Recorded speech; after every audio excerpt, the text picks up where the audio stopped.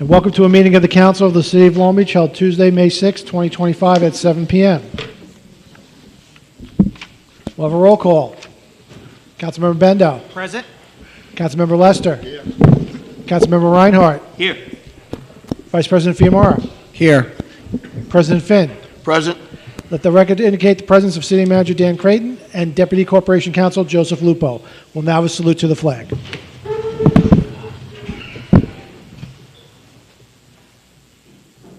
Pledge allegiance to the flag of the United States of America and to the republic for which it stands, one nation, under God, indivisible, with liberty and justice for all.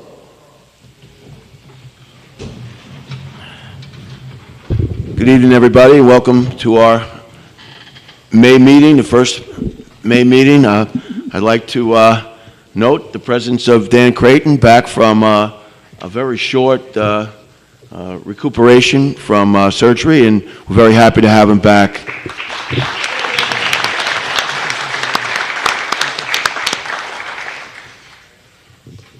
Okay, I guess he's going to give the city manager's report.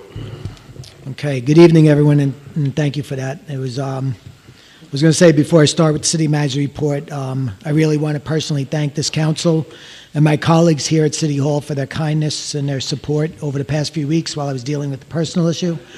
This community, I always say, is the best at showing up for each other, and I really appreciate the way in which everybody at City Hall stepped up to make our city operations never miss a beat. This was all done while we were in the middle of our budget development and gearing up for beach season, so thank you to everybody. It is with the deepest sincerity that I thank the employees for their professionalism and assistance, and to our council for their support and friendship. The City by the Sea really, once again, has shown what it is made of.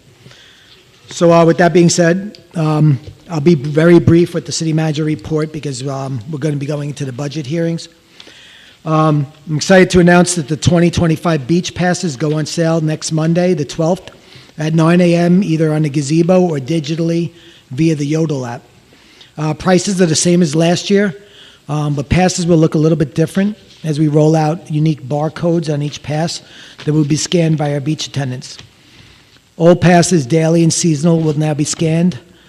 This innovation should make beach entry more efficient for our residents to provide the city with a significant amount of data about how the beaches are utilized.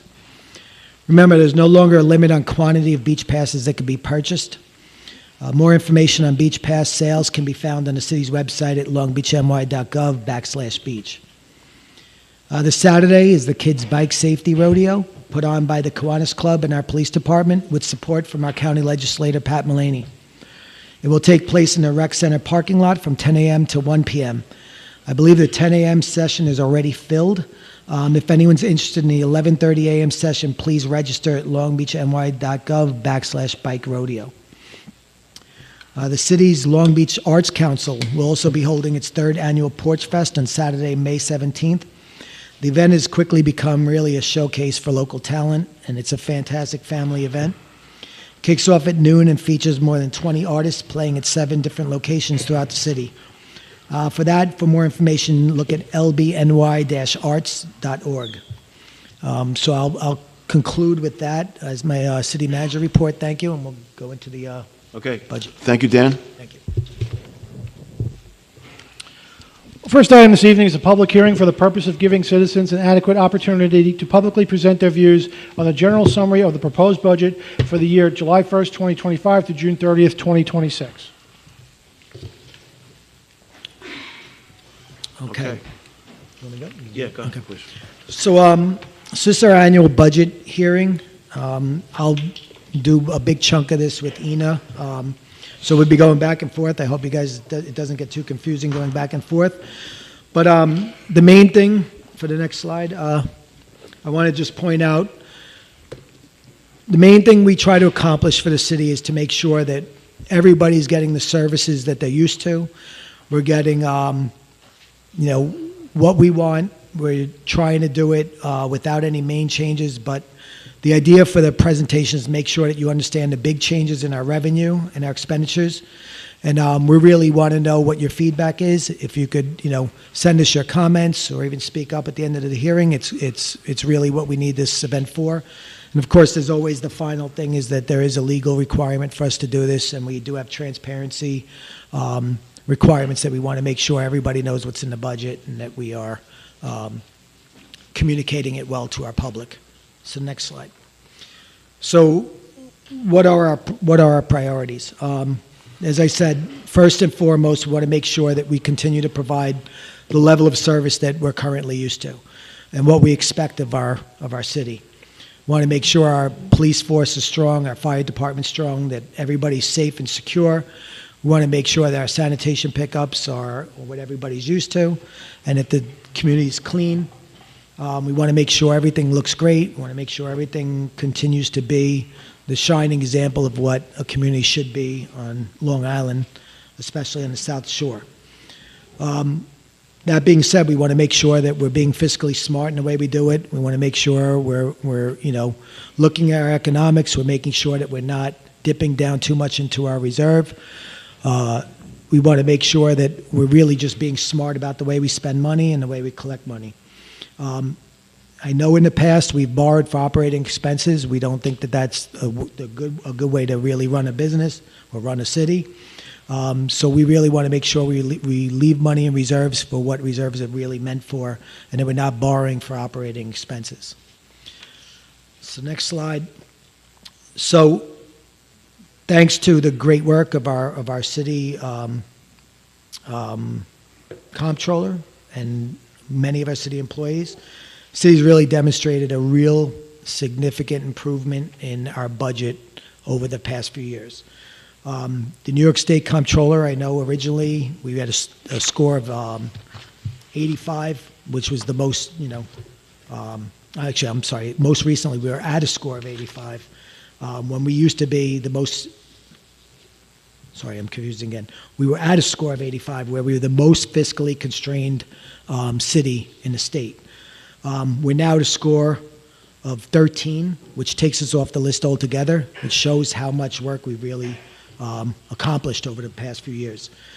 With that, Moody's, who is our rating agency, has us at a score of A3, which is a real improvement from where we were when we were fiscally stressed, which was a Baa3 as recently as July of 21st.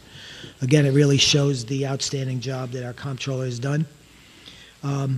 Just so that everybody knows, this improvement to A3 really changes significantly our ability to borrow money and the interest rate in which we receive in order to borrow that money, which translates over to our residents. Less borrowing expenses ends up with less cost to the city, and it helps us keep the budget in order. So I'll turn off the second half of the slide to Ina, but what makes our ratings go up, like over time?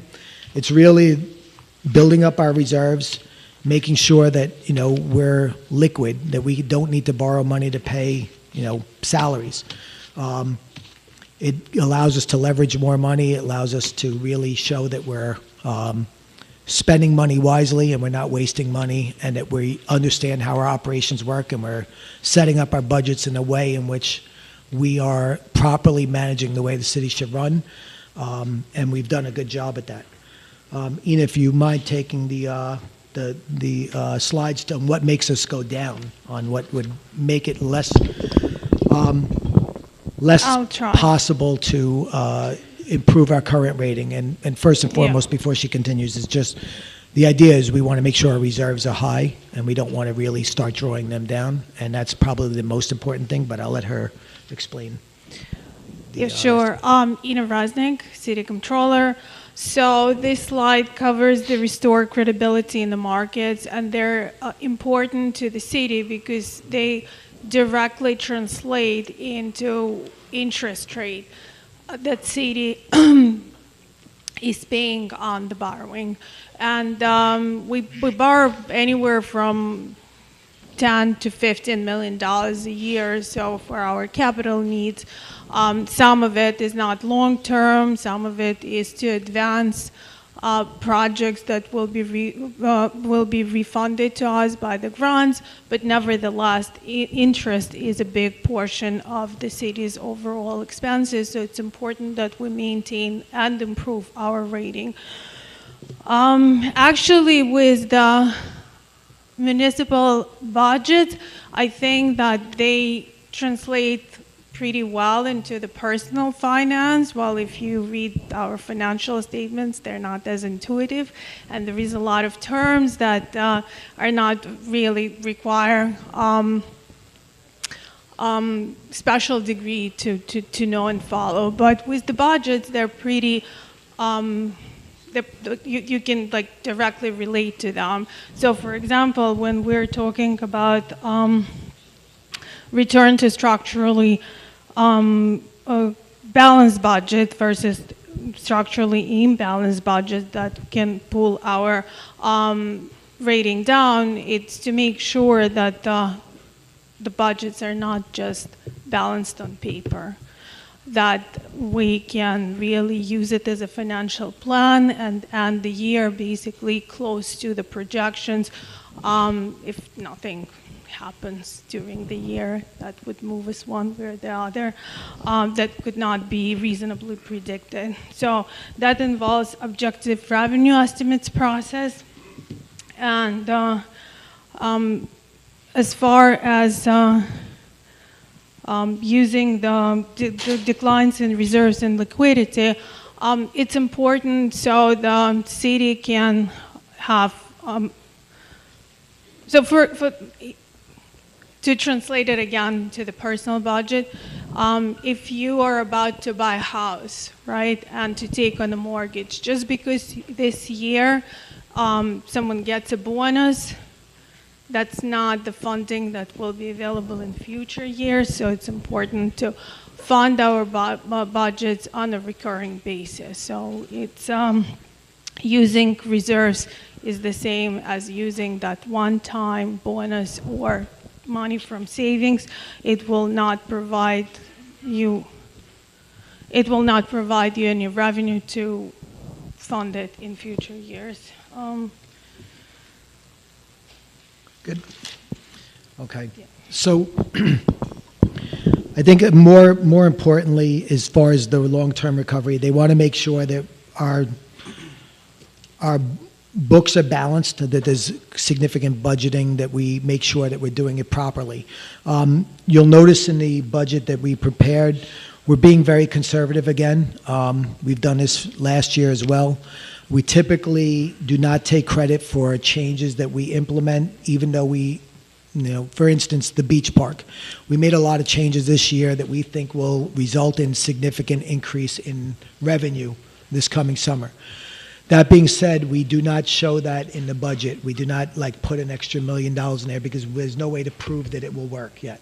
So we keep the budget revenue for the beach around what we had collected last year, a little bit more than we did based on the days that we have the beach open, but we're not taking credit for it till we prove it works. So that's one of the things you'll see.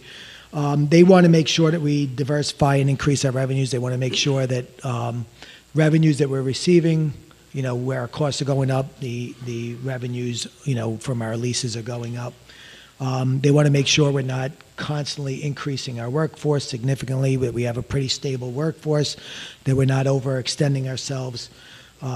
They want to make sure that the tax rate sort of stays somewhat stable, which means instead of having, 25% and then back down to, 0 and then 2%, they want to keep it steady. They want to see, that's why there's a tax cap that typically is around 2%. Usually want to stay at that or lower than that. We delivered a 0% last year. We were fairly close this year. We think we could do it within the tax cap and maintain that without affecting the budget too much. They also check to make sure our internal controls are fairly decent. We have an audit that's done every year. I believe that most recent report was shared with the council recently, which showed no significant deficiencies. And they also want to make sure that management is accountable and efficient, and that they're watching the budget, and that we're not making pie-in-the-sky estimates, and that that at the end of the year, the results are fairly in line with what we budget. So, next slide. So, in the fiscal 25-26 budget, it is a balanced budget. We do use a little bit from reserves that we think we can make up, again, with Beach Park revenue. So there is a slight dip in the reserve, not a substantial one that we feel will affect our credit rating. With the tax cap, the increase would be approximately $126 per household per year. That keeps us underneath the New York State tax cap. We do believe just some small other items that are important to note. Sales tax revenue has been up recently. I mean, obviously the price of goods have went up, but the sales tax revenue remains strong. We're going to continue to keep that in the budget. We expect that not to change, so we're not being overly optimistic, but we feel that we're being fair with our approximation of that. Our expenditures are going up approximately $4 million. That's a 3.8 increase above last year. That being said, we are only looking to raise taxes within the tax cap to 2%. The way we're covering that is partially from additional properties that were built, the new super block properties that were built, increased revenue throughout other items. But we do have an expectation that we will be able to cover that under the tax cap with what we have. Next slide. So what's driving the higher expenses? Just so that, that's the main point of what we want to really communicate. There are increased personnel costs. There are not a significant amount of new hires, but there are significant negotiated contracts. The PBA contract has a 3% increase. We are negotiating a contract with our CSEA, which is not currently in the budget, but we are making good progress on that. We have some increases in our lifeguard contracts, et cetera. Some other big areas that really increased this year was our property insurance premiums jumped significantly this year.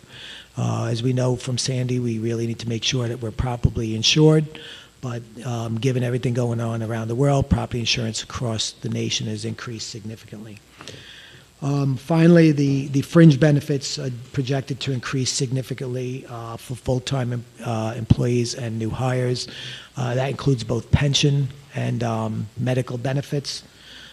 We did see a significant increase in those. So these are really the main areas that drove the increase in expenses this year.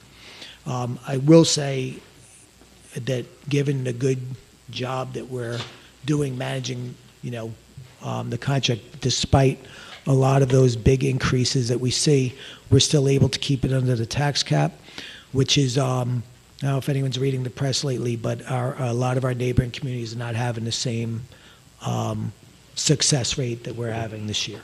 So I just want to point that out.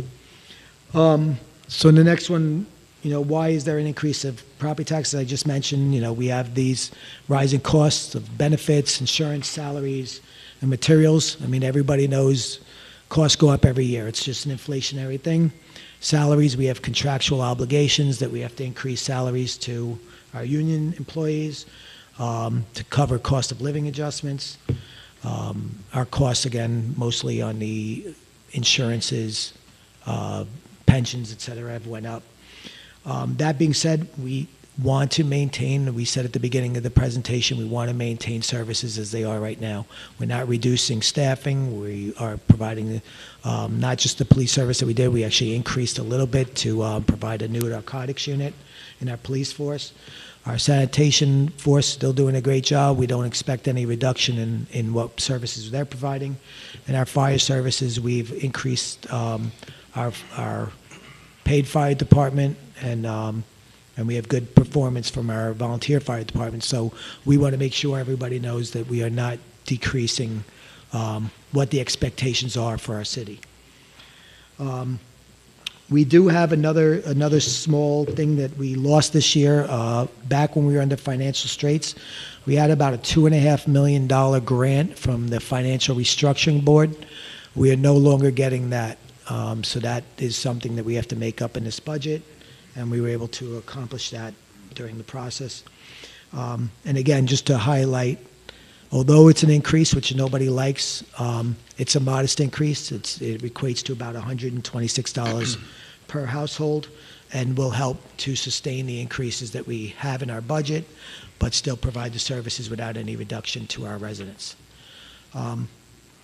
At this point, Ina, I'll probably ask you to go in, because this gets into a little more of the nuances of the budget, and I think people may need to hear a little bit about some of the details. Thank you, Dan. And before I'm going to start, I just want to say thank you to everyone at the city who participated in the process. It is not a short, easy process to prepare this budget. It required a lot of time and effort, and I want to thank everyone who was involved in it for really trying to create the best financial plan for this city. Dan went on a high level. Before I'm going to start with this slide, I actually want to maybe go middle level, explain the general fund, what really happened there, and then we'll go slide by slide in more detail. So as Dan mentioned before, we had about $5.7 million of a budgetary gap that we had to close. The gap is a part of the increase in expenses and also lost revenue. We had a grant in 2025.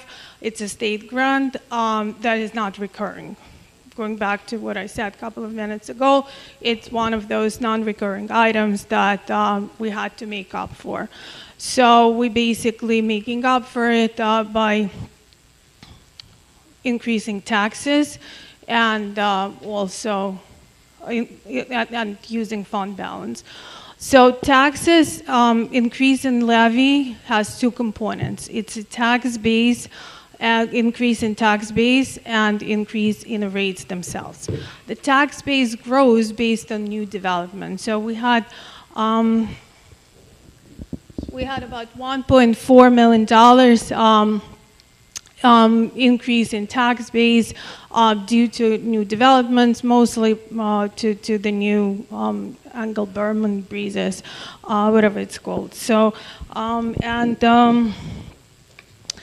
we are not going to pierce tax cap, as Dan said, and this is all based on the median when we calculate the increases in tax rate of about $127 per year per median household. That median household means that your assessed house market value is about $921,000. Next slide, Dave. Property taxes that are paid by the city residents are not just city taxes, property taxes. City residents pay school taxes, city taxes, and county taxes.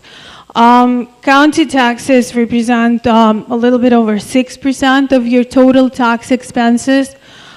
School and library is the majority that city residents pay in property taxes. It's over 61%, and city taxes are 32.34%. So as our taxes, the city taxes increase, it's only a portion of your total tax that will be increased under the cap, the school, and the county taxes. They're on different fiscal years, and those budgets will be prepared but by those governments at another time, obviously.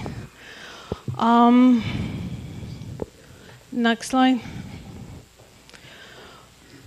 So this slide shows changes in budgeted revenue, proposed budget of 2026 as compared to the adopted budget of 2025. So you see the property taxes are proposed to go up by about $3 million, but only half of that is due to the tax rate increase. Almost half of it is covered by the new development. Can everybody see this, or it's too small? No? Is there a way to make it no? Take your fingers and You take my word for it. It's posted online. It's posted online. You can see it on our website. You can actually go on the website and see it on the website.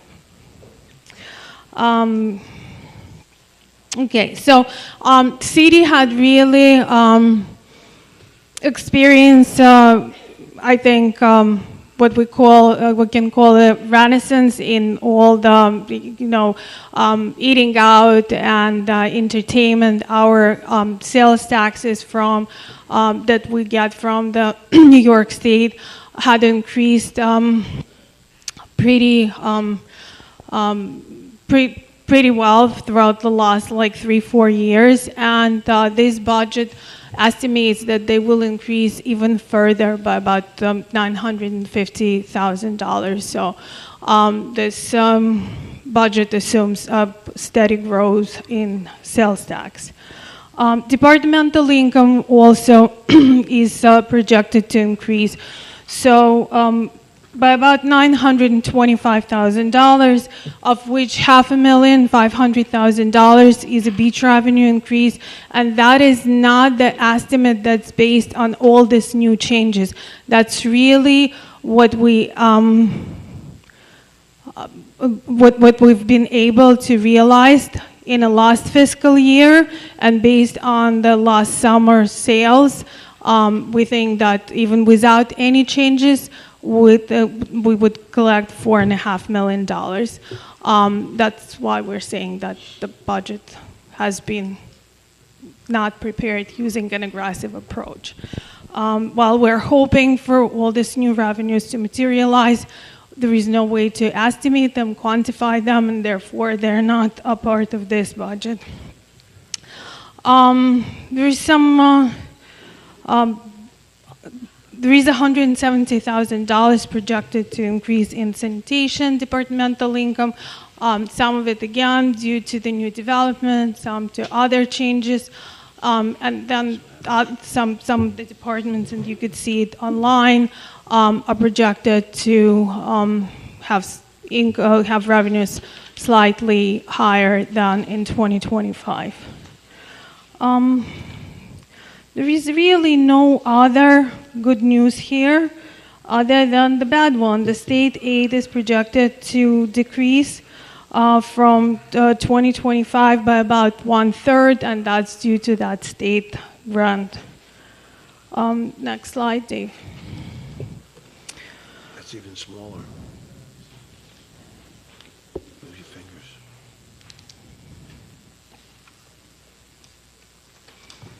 No, it doesn't do that. This sucks.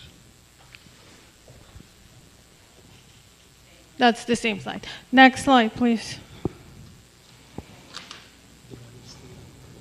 So this is just a chart representing what the table on a previous slide showed.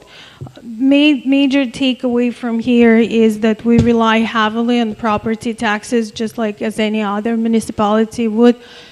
City of Long Beach actually has a much lower reliance on property taxes than other cities, other municipalities in Nassau County and the state in general, where their reliance would go on average up to 80%. So ours is at about 58% in 2026, compared to 57% in 2025, and that's due to the loss of revenue of that grant.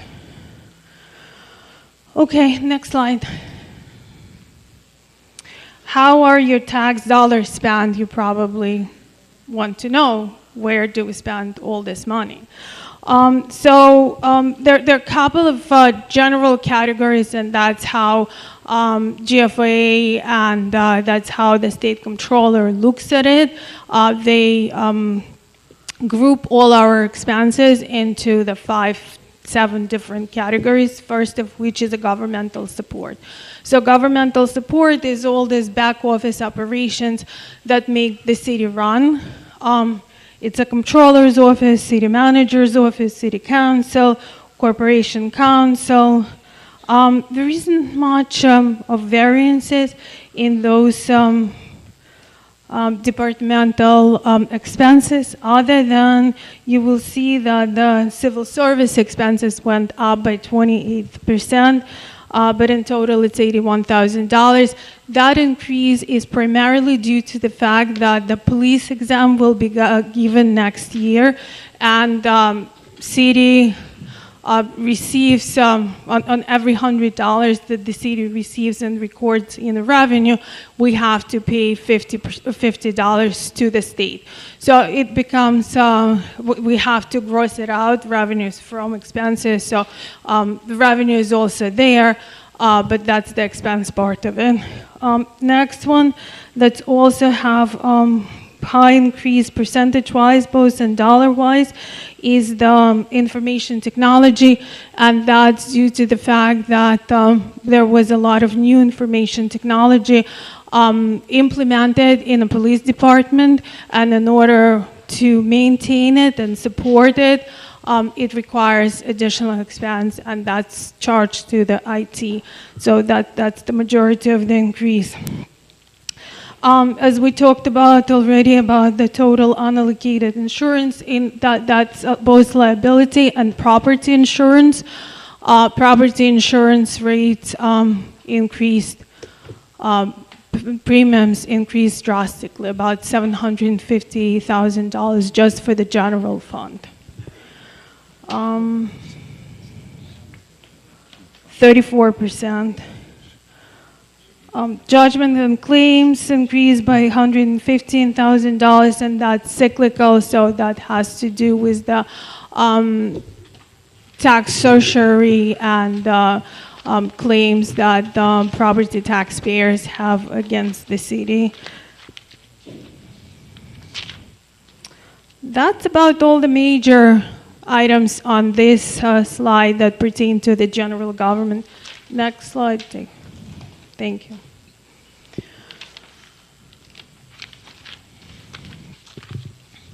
So there is 4 categories that are shown on this slide: education expense, public safety, transportation, and economic development.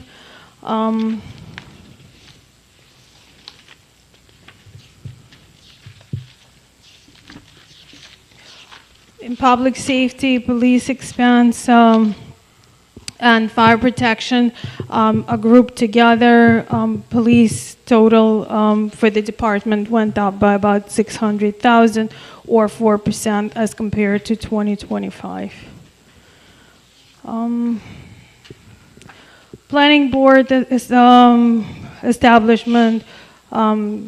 You followed the meetings, and the city established the planning board. So both increases in economic development and planning board expenses have to do with the establishment of the planning board. Next slide, please.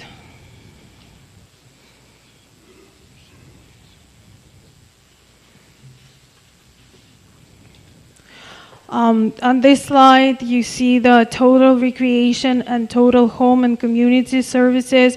Under the recreation, we have the total recreation, ice arena, total lifeguards, beach park. All the departments are grouped together in this category.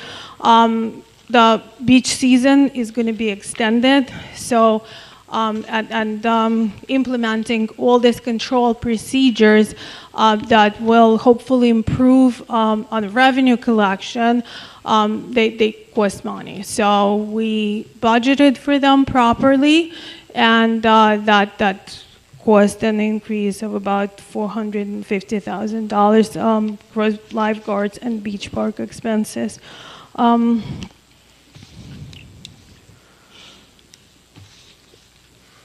I don't think there is anything really of a great importance here, but we can go back if you have any questions after I'm done with this. Next slide.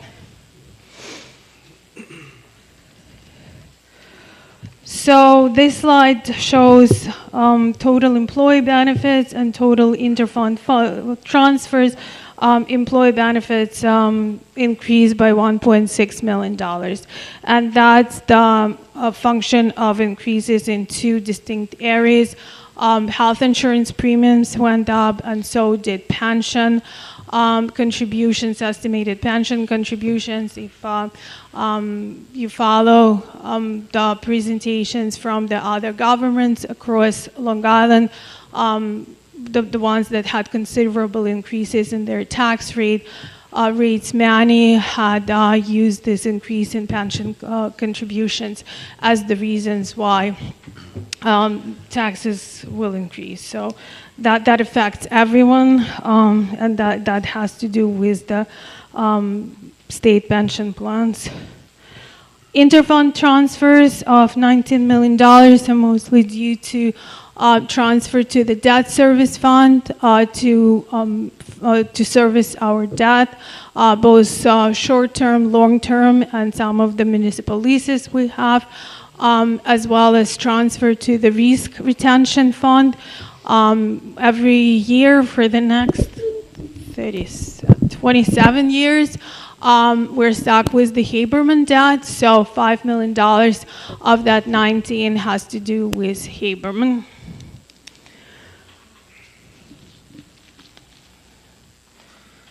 Next slide. Okay, so this is a chart of what all these previous slides were trying to demonstrate, and it shows in a pie chart basically what part of the pie is spent on which category. As you could see, the very high percentage of our expenses goes towards employee benefits. So something important that's worth mentioning, that it's not just towards the current employees of the city. We pay probably half of the health insurance that the premiums that the city pays goes towards paying for the city's retirees. Included in that number was the pension plan contributions. Public safety is 19%. The recreation is 7%, and usually why the comptroller and the GFA, they group it into the categories because they benchmark government to government, and when they see like discrepancies, that's something that alerts them, and they come here or ask us questions remotely. Next slide. This is just a presentation of how expenses increased from 2025 to 2026, with the orange one being 2025 and blue 2026. So you see that the majority of the categories that are shown on this chart, the 2026 expenses are higher than those of 2025. Next slide, please. So maybe just to also summarize, everything that was said as it relates to the previous slides, what goes into $108 million of the city's expenses that are projected for 2026? $27.7 million of it is benefits, $19 million debt service. Between the salaries and payments to the of termination salaries, we're projecting to pay about $50 million. $3 million will go towards insurances, liability, and property. So that's about $100 million, which leaves us with $8.7 million of costs that are truly discretionary, where we can choose to incur them or not. So not a big portion of the city's budget of $108 million. City's management or city council really has discretion over.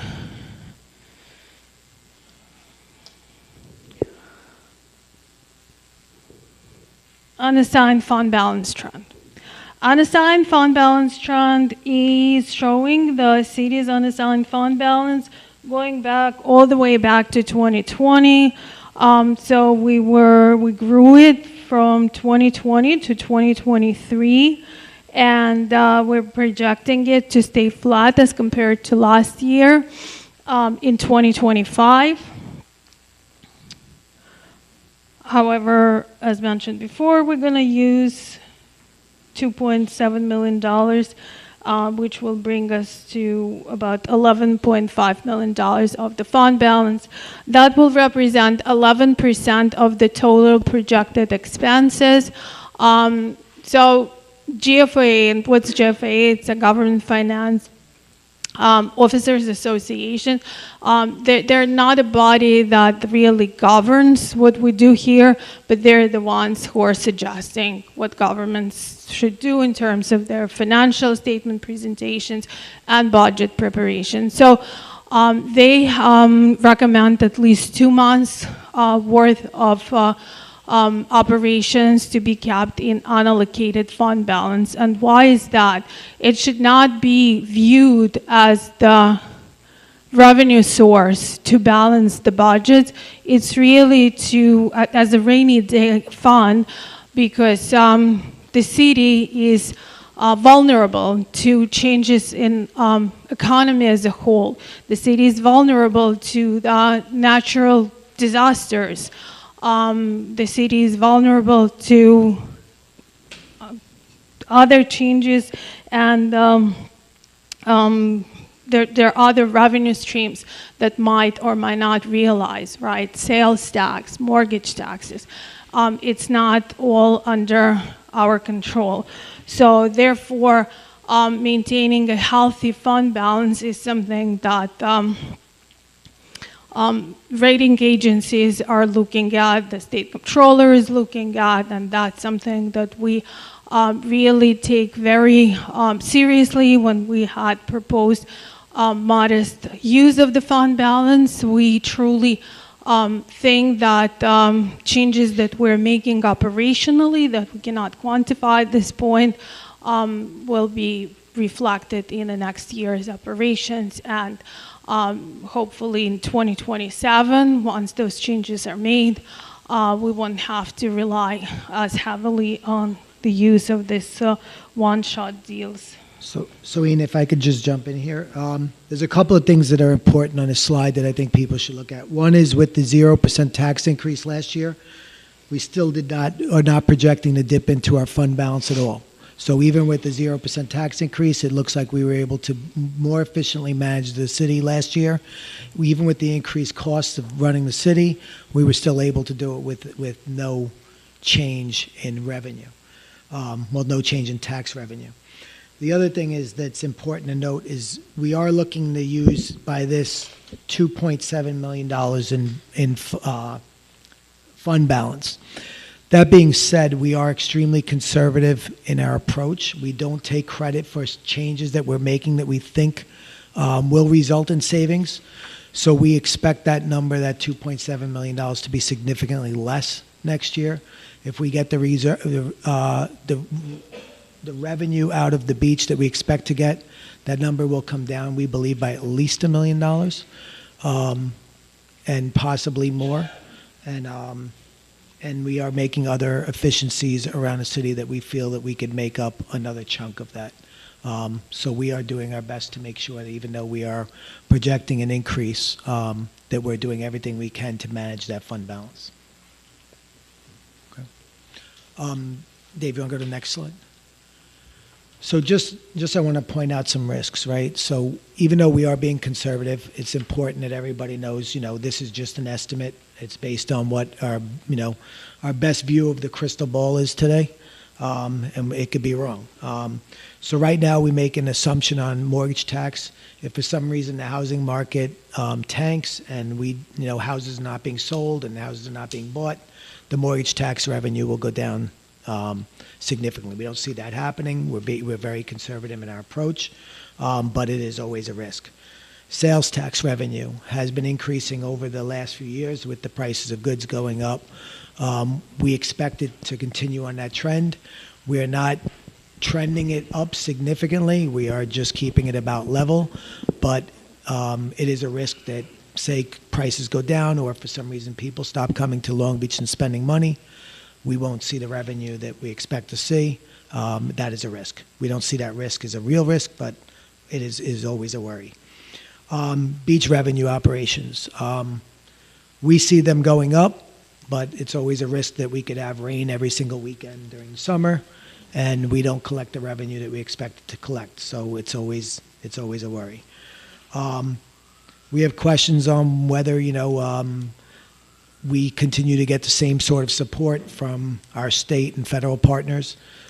We don't know. There's a lot of turmoil. Whether we get the same revenue from them through grants is a question mark, but we are very conservative in the way we approach that. If a lot of people retire in the year and we have a lot of payments to do, well beyond what we expect, it's always a risk, and we have to make those settlement payments when people retire to pay out their accrued time. That's a worry, but we do project a significant amount of people. We usually are somewhat in the ballpark. We don't see that as a huge risk, but it is always a risk that, a lot of people reach age and retire, and then we end up paying out a lot more than we had in our budget. And then there's other more major risks, such as natural disasters. If we have another Sandy, obviously, the budget is not going to really support us through something like that. But, that's the likelihood of that hopefully is small, but it's always a risk. I don't know, Ina, if there's any risks I missed. There's a lot of risks, but those are the major ones. Those are the major ones. Okay. So that being said, Ina, do you want to just go through the water and sewer fairly quickly? I will try. Okay, so water fund had experienced all the impact of all the same things that impacted general fund. So some of the property insurance gets allocated to the water fund. Some of the pension gets allocated to the water fund, as well as health benefits. Salaries had increased by over $200,000. As a result, this year we will have to increase the water rates by 13%. Water fund, by the way, did not have a substantial fund balance that we could have even tapped into very minimally. So that's something that you will see. It's one of the items on the agenda to increase this water rates to really maintain the water fund operations at the same level that the city had experienced. And the sewer fund rates will remain the same because the revenues in the sewer fund were adequate to cover the operations of the sewer fund, even though, again, it experienced all this same increases in property insurance, health insurance, and pension contributions. The salaries and the way that the salaries are leveraged in that fund, they didn't go up. So the rate you will see in a resolution, because it's tied to the water fund rate, that ratio will go down, that percentage will go down, but actually the cost to the city resident will remain the same. It's just, it will become a smaller percentage of the larger number. Just saying that for the purpose of full transparency. And next slide. Okay. So I'll jump in here. So obviously the whole purpose of this public hearing is to get an idea of what the public and the council thinks of it. We want to really get some feedback from people if there's any priorities that they feel were not covered in the budget. We'd like to hear from people if there's any specific items that they have questions about, if there's areas that they think we should improve or make more efficient. We'd like to have that. Any input is good input. We'll definitely take input from everybody on what they think we can do to make this a better product for you. And that being said, if we could just go to the next slide. The public comment period ends, so like even if we don't have comments today, you could always send your comments in to the city. The comment period ends May 20th with a final vote by the city council no later than May 27th. I believe May 27th would be a special council meeting, so the hope is that we can vote on it actually on May 20th. The city council has the ability to provide an errata sheet and make changes and vote on those changes or vote on the budget as it is right now, with the understanding that whatever way we go, whether we vote it in, the budget will be implemented by July 1st. This is a budget that goes from July 1st of 25 through June 30th of 2026. So those are the next steps. If you have comments, you could send them over to the website that's listed there, longbeachny.gov/budget, or you could send emails directly to Ina, not to me, please. She'll address them, and you can also call in any questions you may have. So with that said, I think we'll end the public hearing and start taking questions, I believe.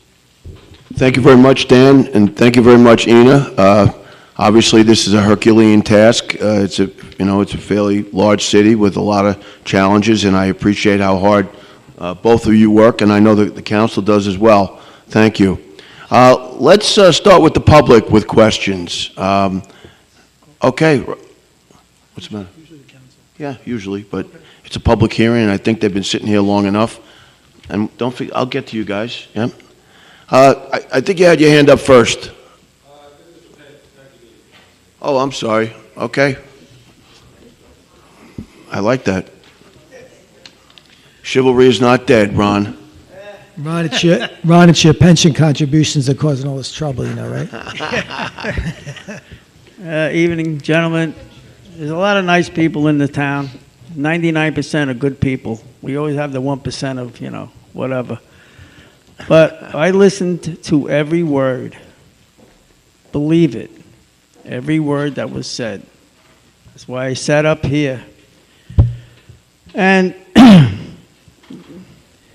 the big thing is you're staying under the cap, which is a major thing for the taxpayer. And the water fund and the sewer fund, we're going to lose the sewer fund completely soon, when we lose the sewer. We're going to be getting bills from the county on the sewer, but that's down the line a little. But the big thing is, again, if we can save a little more in the overtime, which I know Dan is trying, and I think he will succeed slowly but surely. If we can cut the $4.5 million, say what it is, say 4.5, make it down to 3.5, even less. That's a big cushion for us, for the contingency fund, and for to keep us under the cap. So it's overtime is overtime. It's not guaranteed, and I'm sure the unions and even the exempts, as we get tighter and tighter, will work on the overtime with the city, because that has to go before our taxes go way up. I think you understand that. The first thing to go is the overtime. So on that, I'm happy with everything you said, and everything was covered. I go over this budget for years now. I'm almost like an expert with this thing. But that's the only thing I see wrong, The guys did a great job, and hopefully the beach will produce, which would be a great thing for the city.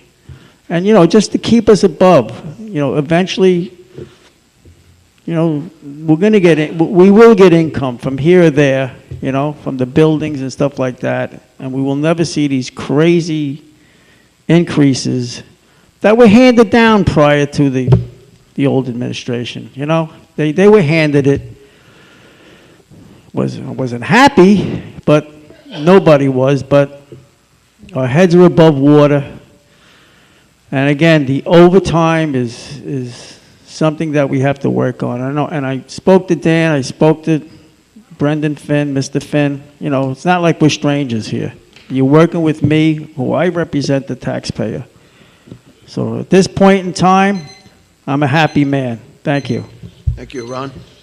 Hey, Ron. Tim? Ron, just one data point. I would suggest you go look in the budget. The part-time and overtime expenses are going up $1.3 million in this budget. So I'm just saying, just go look at the budget. The overtime is going up? Yes. It's going up. Well, again, it's something we have to work on. Is it necessary, and stuff like that? I'm just saying. Yeah, I will. So I would do a little digging. All right, thank you. Thank you.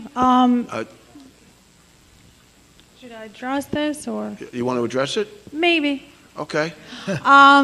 Okay, so yes, the overtime goes up, but it goes up as a function of those negotiated agreements. So as the full-time salaries go up, so will the overtime. That's one thing. And another one, I wanted to make sure that as long as it's going up proportionally, if your full-time salaries go up by 2%, but overtime goes up by 10%, that's obviously something that's an anomaly. But as long as it's within the same range where the overtime goes by the same percentage as the full-time or less, that's probably function of the responsible budgeting. And you mentioned that exams don't get overtime, so it's just collective bargaining agreement units, police, commanding officers, CSEA, and fire get overtime. Thank you. Thanks for clearing that up. Tim?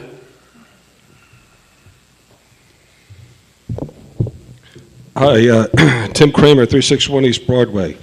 I want to just, first of all, congratulations to everyone. I'm sure it's not easy going through all this with the budget. So with regard to the credit rating with the city, on December 28th, 2021, there was a letter of intent issued for a formal agreement on the Haberman issue, the Haberman settlement, right? That was December 28, 2021. Then roughly 1 month later, on February 3rd of 2022, Moody revised our credit rating for the city from a Baa3 with a negative outlook to a Baa3 with a positive outlook. Okay? Simply because there was a settlement, now a settlement on the lawsuit, correct? So then a month later from that, on April 9th, New York State enacted legislation to authorize the city to issue a long-term bond.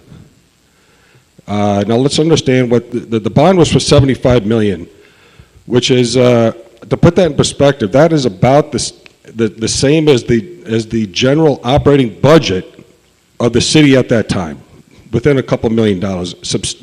We're going to call it substantial. It'd be like the federal government getting issued a $7.5 trillion bond, okay? So just to put it in perspective.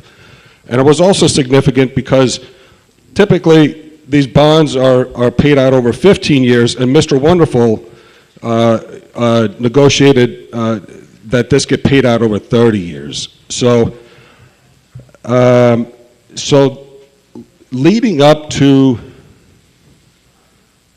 the 2022 city budget, leading up to that, there were several, we're going to call them substantial, tax increases, right, over the 4 or 5 years prior to the tax year of 2022.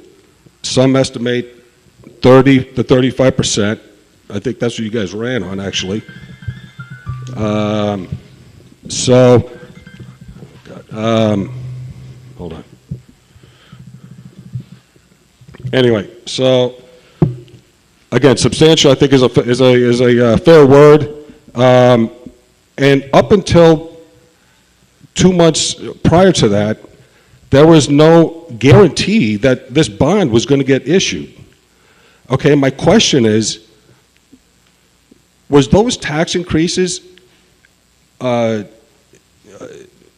an effort to pay this bond in the effort that this bond wasn't secured? We had no idea that this bond was going to get secured.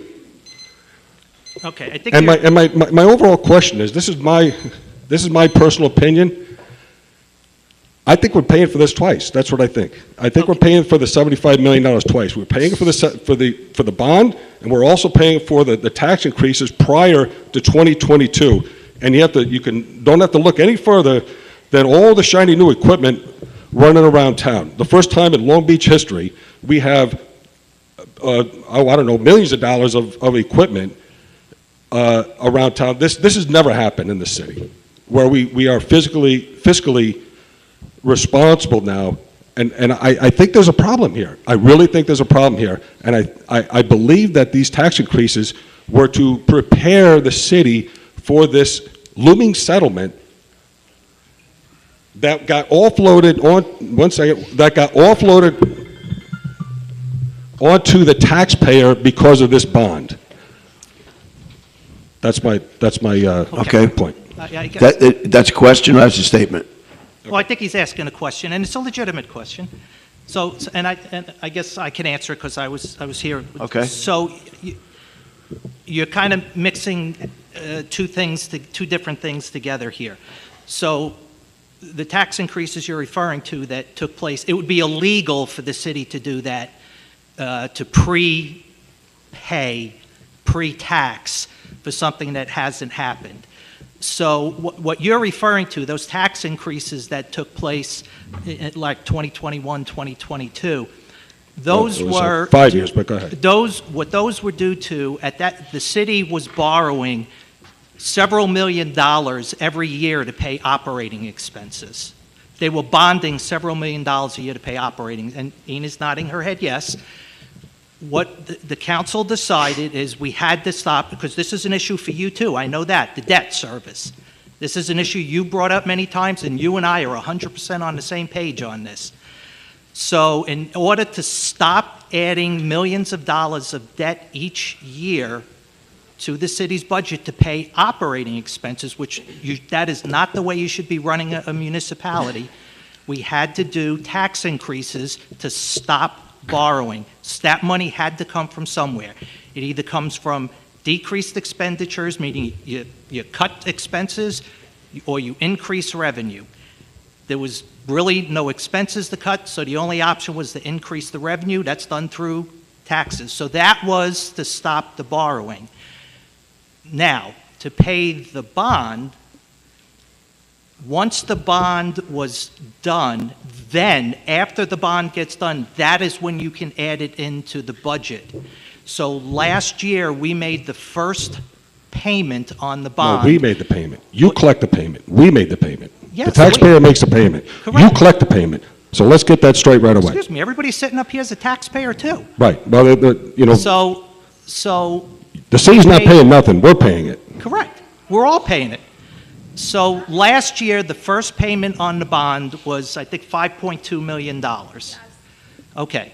So last year, that was the first payment that was made, which then gets put into the budget going forward, that's paid for each year. But because that increase for the bond payment each year has already been accounted for in the budget, it's just already in the budget going forward. Okay, let me ask you two questions. I'll leave. Number one, how sure were you that that bond was going to get issued? How confident were you that that was going to get done? I'll let Ina answer that one. You mean that the settlement will be reached, The or that we will $75 need million to... Haberman bond, how confident, 3 years, 2 years, 5 years, 6 months prior to the settlement, how confident were we as a city that that $75 million bond was going to get issued? I'm going to say zero. And then Would you like But me to there's answer no it? guarantee that that was going to get issued. Tim, I just want to stick to this year's budget, I though. can, Well, this I is- can this is part answer of this it. question. I can answer it, or try to answer it. So the Haberman settlement was a process, right? It took months and months. When the amount was determined, city worked with. I understand. No. Let me finish, and then if it's not to your satisfaction, we can discuss it further. So actually, that settlement happened at the end of fiscal year 2022. After fiscal year 2023 budget was already adopted. So the payment for that bond was not anticipated in fiscal year 2023. Therefore, the way that the bond was structured, the first payment occurred in last fiscal year 2024, years before 2024. Now, the assurances that we had that there will be a buyer in the market to buy our $75 million bond, is that your question? No, Why was it? I'm just Why gonna- was the state legislature increasing the regular period for the payment of the bond that's issued for the settlement is 20 years. When the magnitude of that settlement was established at $75 million, the city's management and administration decided to ask the state that the period of the payback would be increased, because to pay it within 20 years would have been much more expensive for the city residents. So anyway, my two questions, Right. and the second question was, what was going to be the plan if we didn't get the bond? But we'll talk about that soon. All right, yes. Obviously, Haberman's going to be something that affects our budget going forward for another, I think, 14 years. No, the 27. 27 years, yeah, right. So, I guess we have 27 more years to talk about this. You have a question? Yes.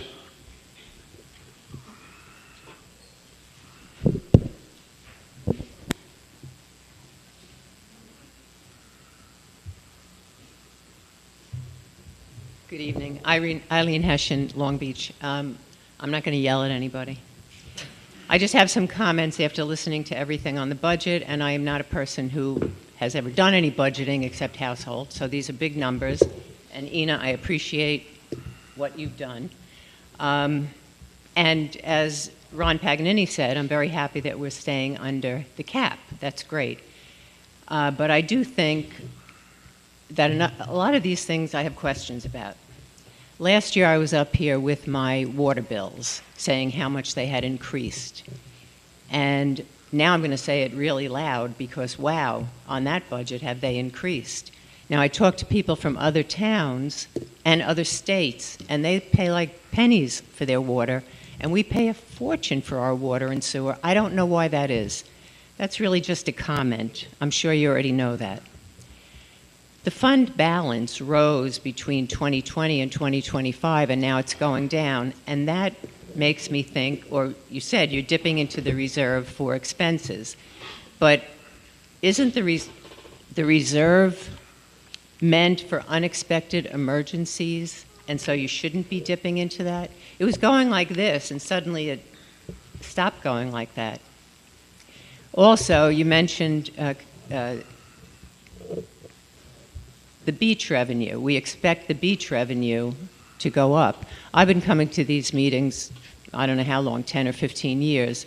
Every year I hear the beach is supposed to go up. And then every year we ask what happened with the beach. We never get the full answer about it.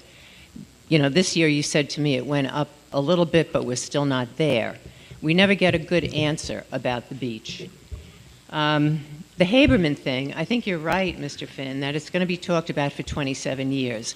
But one thing nobody ever talks about is how we really got screwed on this thing, or how we got partially but- messed up on this. Right, okay. I mean, Mr. Haberman, deserved something. I know that because, we held his property for so long. But wasn't it our corporation counsel at that point who forgot to hand in some paperwork, and that just made things multiply much, much worse? Next, grants. We got a lot of grants this year, which is really great, and it's especially great if we get 100%. But so often, the grants, we have to give matching funds or some funds. Sometimes they were up to $1 million or more that we had to give.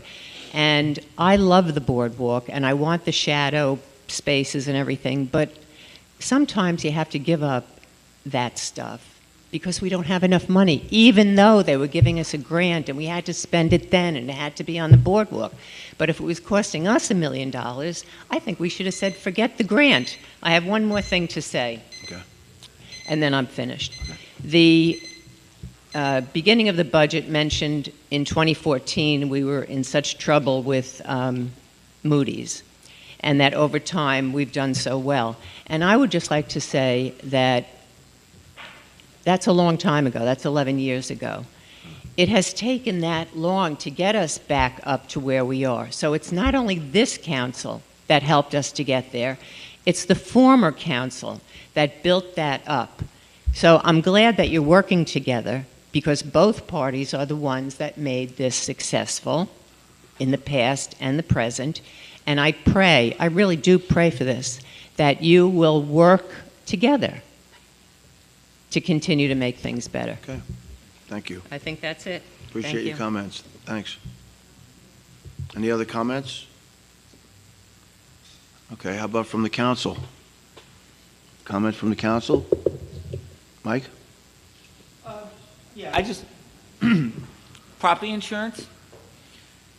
So property insurance is going up about 751,000, Just in the general fund. just in the general fund. It's almost $1 million. How often do we look at carriers, or is there something, I know insurance everywhere is going up tremendously, but it's still, when we have increases like that, it creates opportunity to look elsewhere. So just, can you speak about that?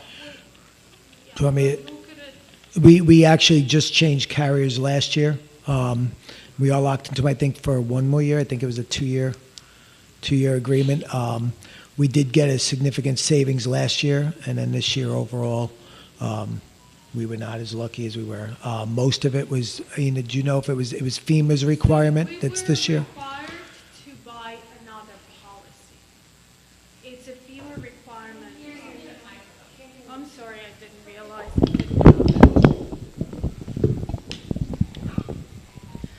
Yeah, so we were required to buy another policy because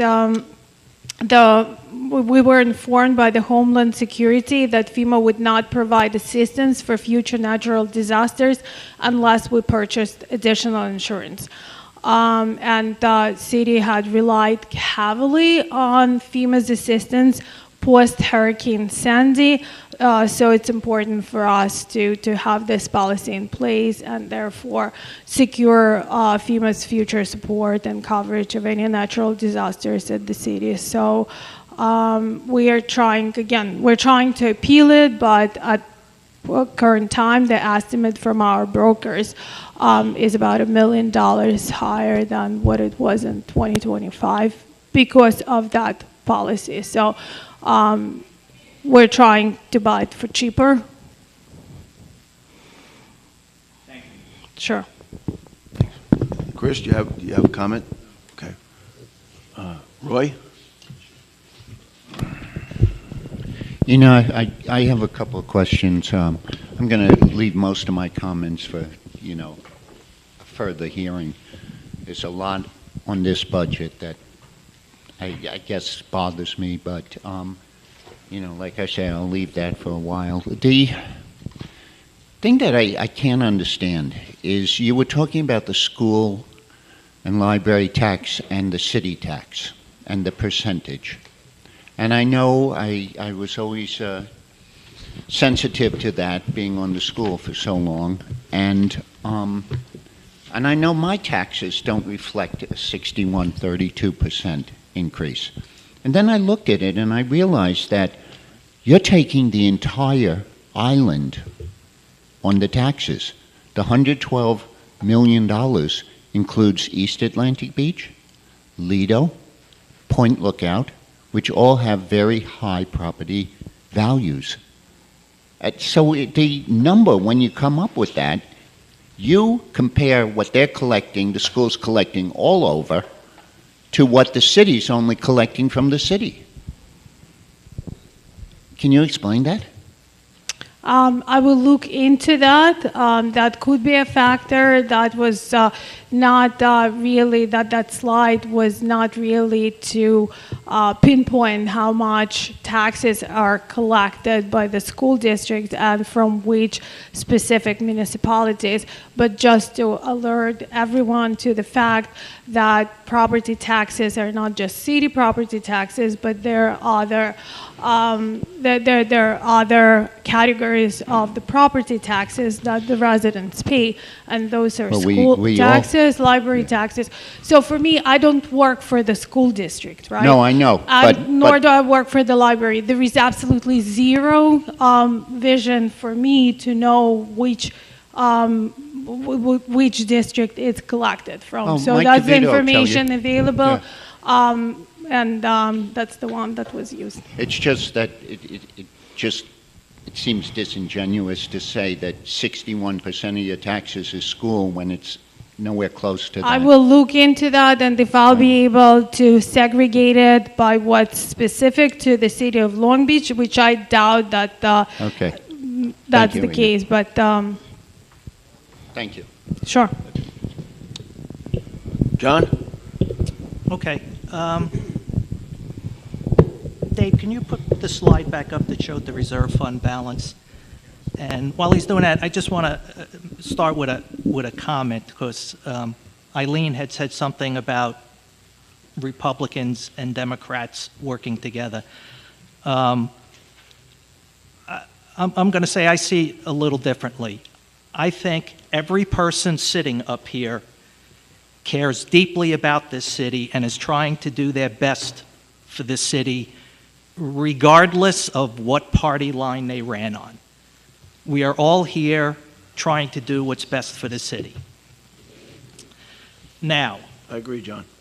that being said, Ina, can you just, there was two things that didn't come out in your and Dan's remarks. What is the actual tax cap this year? Is it 2%? The tax cap is 2%. It's 2%. Oh, Every year it's 2%. I'm sorry. well, it's Every year 2% it's 2%. or inflation, whichever is lower. Yes. Okay. The other number I didn't hear is what is the actual proposed tax increase percent-wise? You're saying under the tax cap. What is it? So the actual, when the state controller calculates the 2%, there are some exclusions from that number. Yep. I think that the total year to year is about 2.5%. Okay, so the actual But tax... that includes all those exclusions that Correct. are calculated. So the by actual tax increase will be 2.5%. Or $127, yes. Okay. So if you go back to the fiscal year 24, which is when the tax increase kicked in to pay off Haberman. So there was a 0% operational tax increase that year. There was a 10% tax increase, but all the 100% of that went to the Haberman. So that year we had a 0% operational tax increase. And then last year we had a 0% operational tax increase as well. So that was great for the residents, 2 years of zero.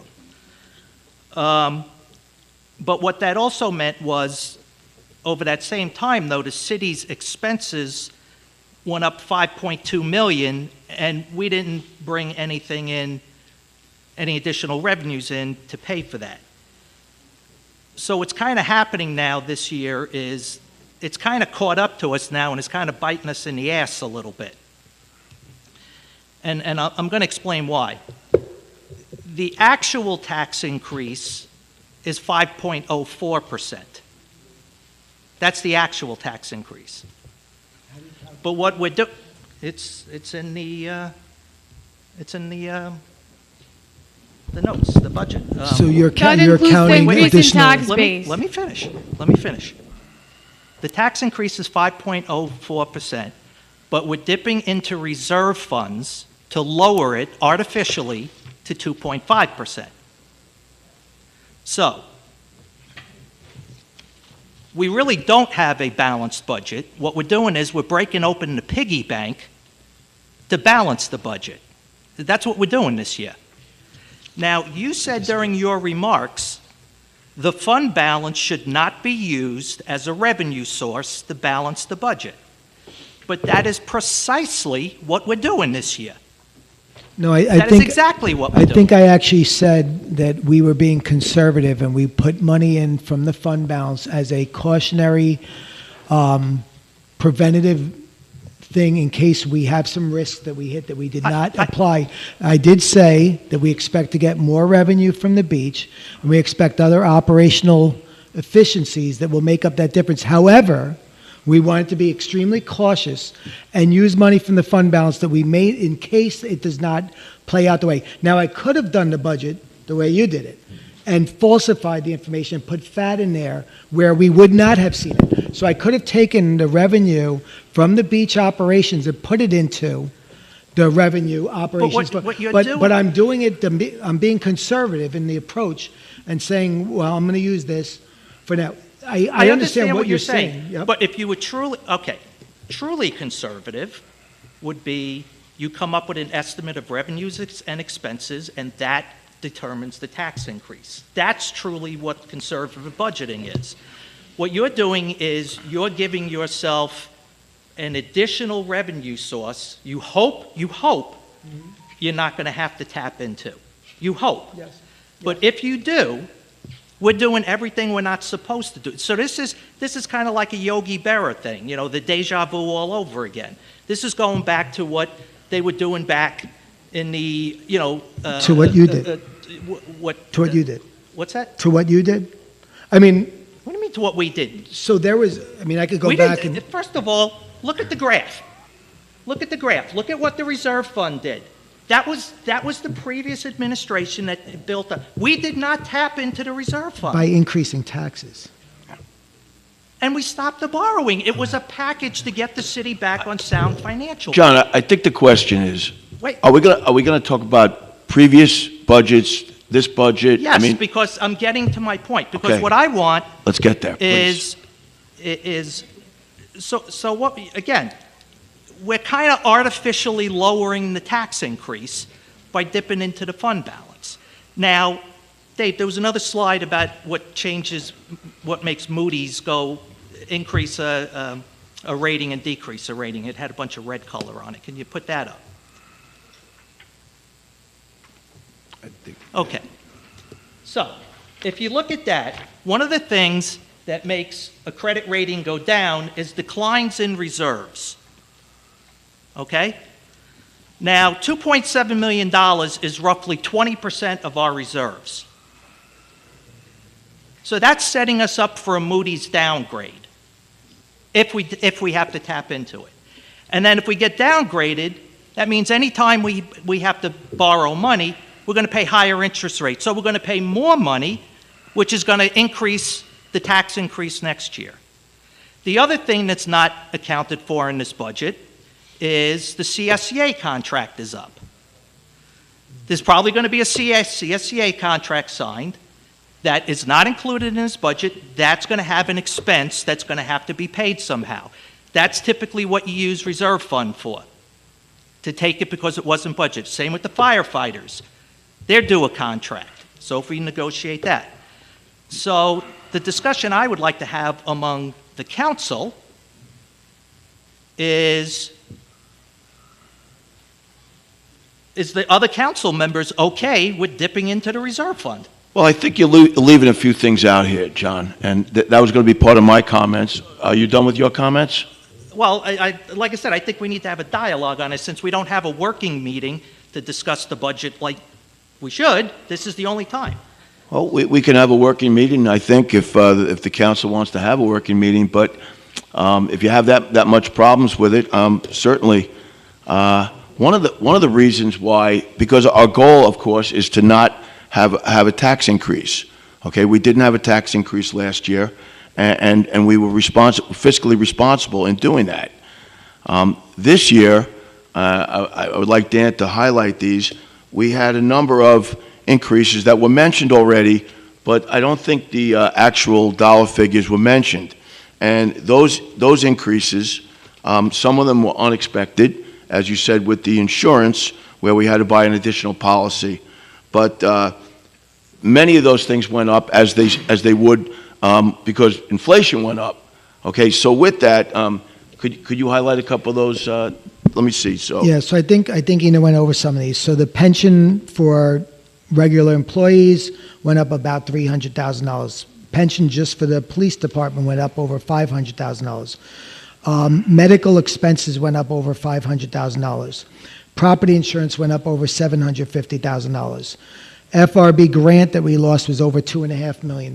So that's $2.5 million that we did not have to work with in this budget that we previously had. So if you take the additions and the subtraction there, that adds up to $4.5 million just for that. right. That's $4.5 million. So that is one of the points. To cast aspersions at this point, I think. Wait. There's no aspersion. Well, Nobody they sound up like them here- to me, though. Nobody sitting up here, or Ina, is responsible for these increases and decreased revenues. They have to play the hand they were dealt. That's right. That's right. None of them. They are making the best of the situation with what they got. So there is no blame to go around here. But what I'm saying is, and this is where the council's responsibility is this kind of lousy hand we got dealt this round. How are we going to deal with it? Because here's what I've seen in the past is, okay, so we take $2.7 million out of the reserve fund. We've already put ourselves $2.7 million in the hole for next year. Let's say next year, on average, there's $2.5–3 million, sometimes more, of increased expenditures. It just goes up each year. We know that. So we're already at $5–6 million that we somehow have to make up next year. So by artificially lowering the tax increase this year, what we're doing is we're setting this up You're for we're setting up for a massive tax increase next year. No, That's we're what not. we're No, doing. we're not. We're actually trying to avoid a massive tax increase by doing this year. But look, we got to remember, year after year after year, 6%, 5%, 10%. I mean, this is how you got to the Moody's rating on the backs of the city. On the backs of the city taxpayers, we got to the better Moody's rating, and we paid for it. We earned it because we paid for it in our taxes. And you looked at your taxes. You knew you were doing it. So what's the point? Now they're trying to balance the budget, and I appreciate what they're doing. And we just outlined how much, and you're aware of it already, how much these unexpected costs, well, I shouldn't say unexpected, but certainly unanticipated at that level. These are the reasons why we had to do. Yeah, but what? Right. All right. Let's look at it from another point of view. In 2011, there was a city council that spent the $19 million city reserve fund down to zero by doing stuff like this.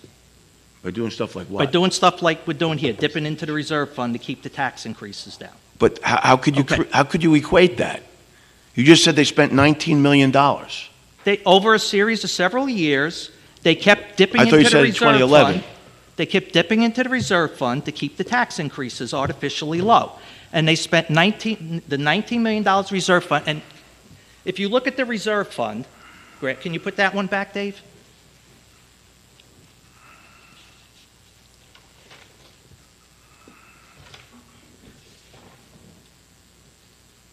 Okay, if you look, the reserve fund in 2020 was at negative $5 million. Okay? That's what that administration left, because then the administration that followed them perpetuated the problem by just borrowing millions every year to plug the holes They didn't actually take any steps to fix the city's finances.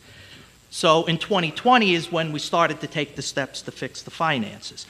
So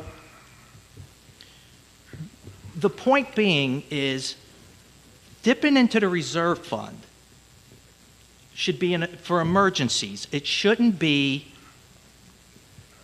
for trying to keep tax increases low. We all want to keep the tax increases low. We all do. I hope we do. We all do. Can I- There's no disagreement among that. But it sounds like there is. It's got the problem to create a cycle, because again, we're making the hole next year already bigger that has to be plugged. No, not necessarily, John. I don't know why you are counting that as the hole's going to be bigger next year.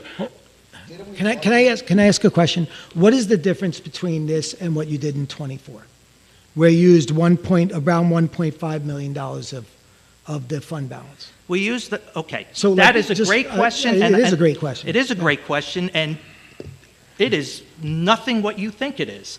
Because you're using it like we'd use it to keep tax out. No, what that was is that's when the police contract got signed.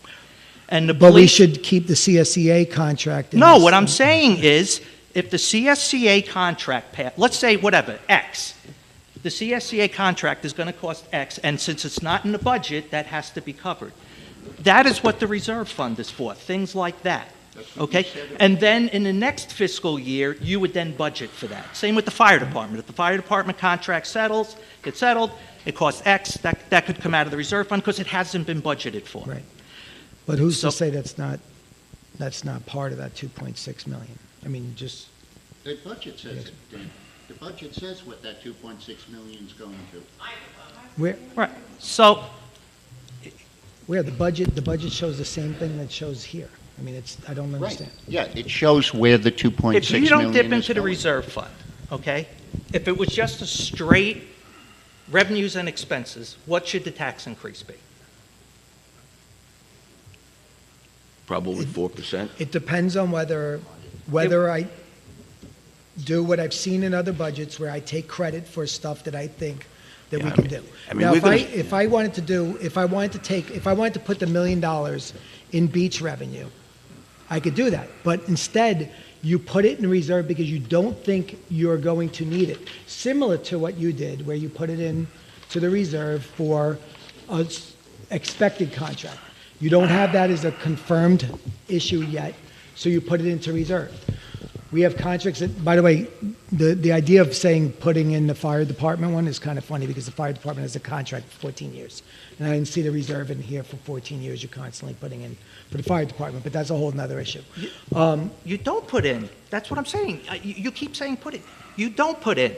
You're saying to put in, you mentioned earlier that the You CSEA don't contract. pre-budget. and You don't pre-budget for a contract you haven't negotiated yet. Right, but you're you saying don't I do should put that. it in reserves, right? What I'm saying is That's what you're the saying. reserve fund. Can't have it both ways, John. Right, that's what you're There saying. isn't both ways. There's one way. You're saying we don't have an FD contract, so we have to budget for it. So where would No, you don't. You can't budget for having if you're negotiating with the CSCA, okay? And you anticipate, let's say, whatever, in August, we're going to sign a contract with the CSCA, and there's probably some expense affiliated with that. We're not budgeting for that because we don't know what it is. So let's say that expense comes out to $10, okay? And that's all going to John Mooney, of course. So it comes out to whatever. That's an appropriate use of the reserve fund because it hasn't been budgeted.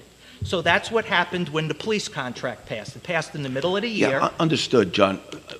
Not really looking for a budget lesson at this moment, but what I'd like to say is, it's kind of, I think it's disingenuous to go down the road, to go back down the road and start bringing up other budgets, because I didn't want to do that either, okay? But when you talk about lack of conservative measurements, when you make your proposals and what you expectations of income, if you looked at that from 24, it was not even, it wasn't real.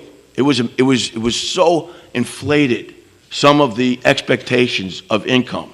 I don't want to go down that road. Don't want to go back there, because back there is when we were paying a lot of taxes here. We were paying, all the public were paying a lot of taxes, and the income expectations that were in that budget were not realistic. not only were they not realistic, they were never reached.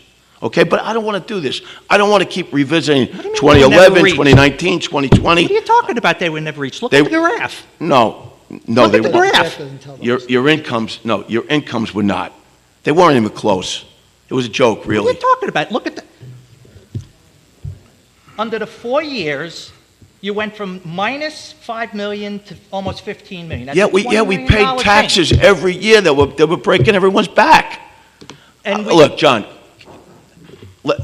Okay. let's just move on here, So okay? it sounds like you're okay with dipping into the reserve fund to keep the tax increase down. that's not why we're doing it. That's precisely why we're doing it. No, it's not. All right, right here, in our budget, in this budget, it says the tax levy 25-26 proposed is 5.04%. Okay? That's what it says. Okay? That should be the tax increase without dipping into the reserve fund. Okay, but as Dan said, being conservative on our beach estimates, if we make $1 million on the beach, then that lowers it down by 1.5 points, just about, ballpark. That's what budgets are. They're best guesses. Yeah, but sometimes They the are best guessing is not conservative, sometimes it's extremely unrealistic. Okay? I mean, why are we going to revisit budgets down the back road? Because what I'm trying to do is I'm trying to keep us, we're doing exactly what Ina said we should not do, is use reserve fund to balance the So budget. maybe I can say one thing. One thing. Please. Yes, please. We are using the fund balance, but we are bringing the total unallocated fund balance down to 11% of the total expenses.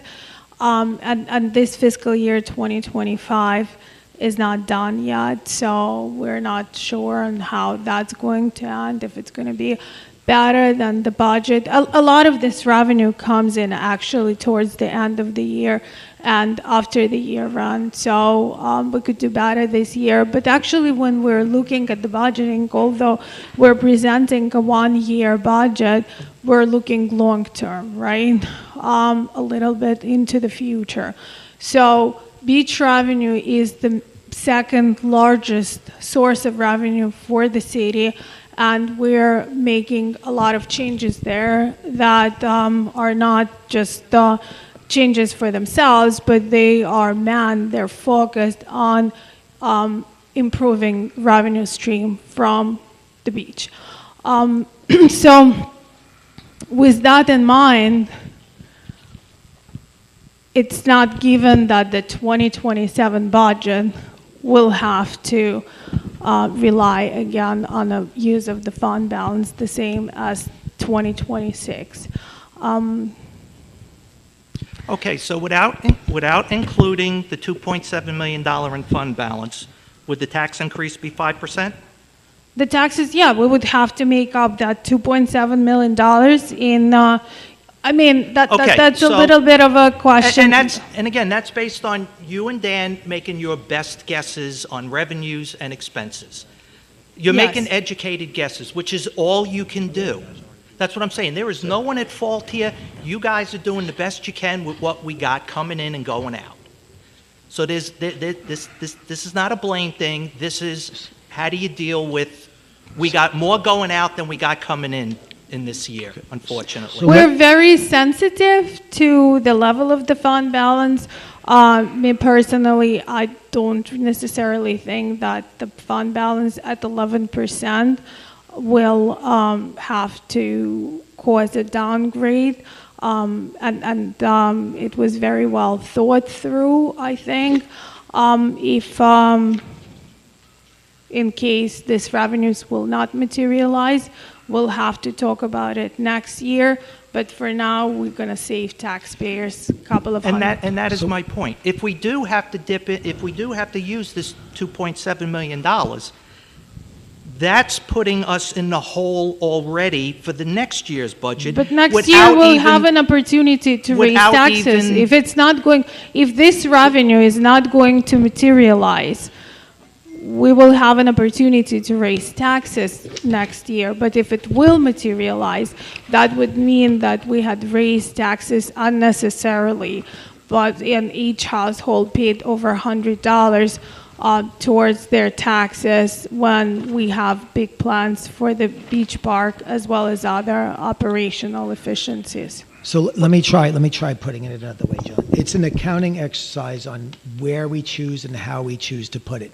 So rather than put in an extra $1.5 million in beach revenue and then operational efficiencies across each of the departments taking credit for stuff that we don't know will work yet, which, by the way, was done in the past, which I'm not saying right or wrong. I'm not just saying it's an accounting exercise on how you choose to present it. We chose to take the most conservative approach, show it as it's coming from the fund revenue, the revenue source of the fund balance, with the expectation that we will not have to use fund balance if we achieve everything we expect to achieve. So the understanding is we put it in there with the expectation that hopefully we don't have to use it. But if, like you said, it's there for the risk of us not achieving the goals that we want to achieve. I do not think that what you're saying is wrong. I don't think what we're saying is wrong. I think it's a different approach at looking at the same picture.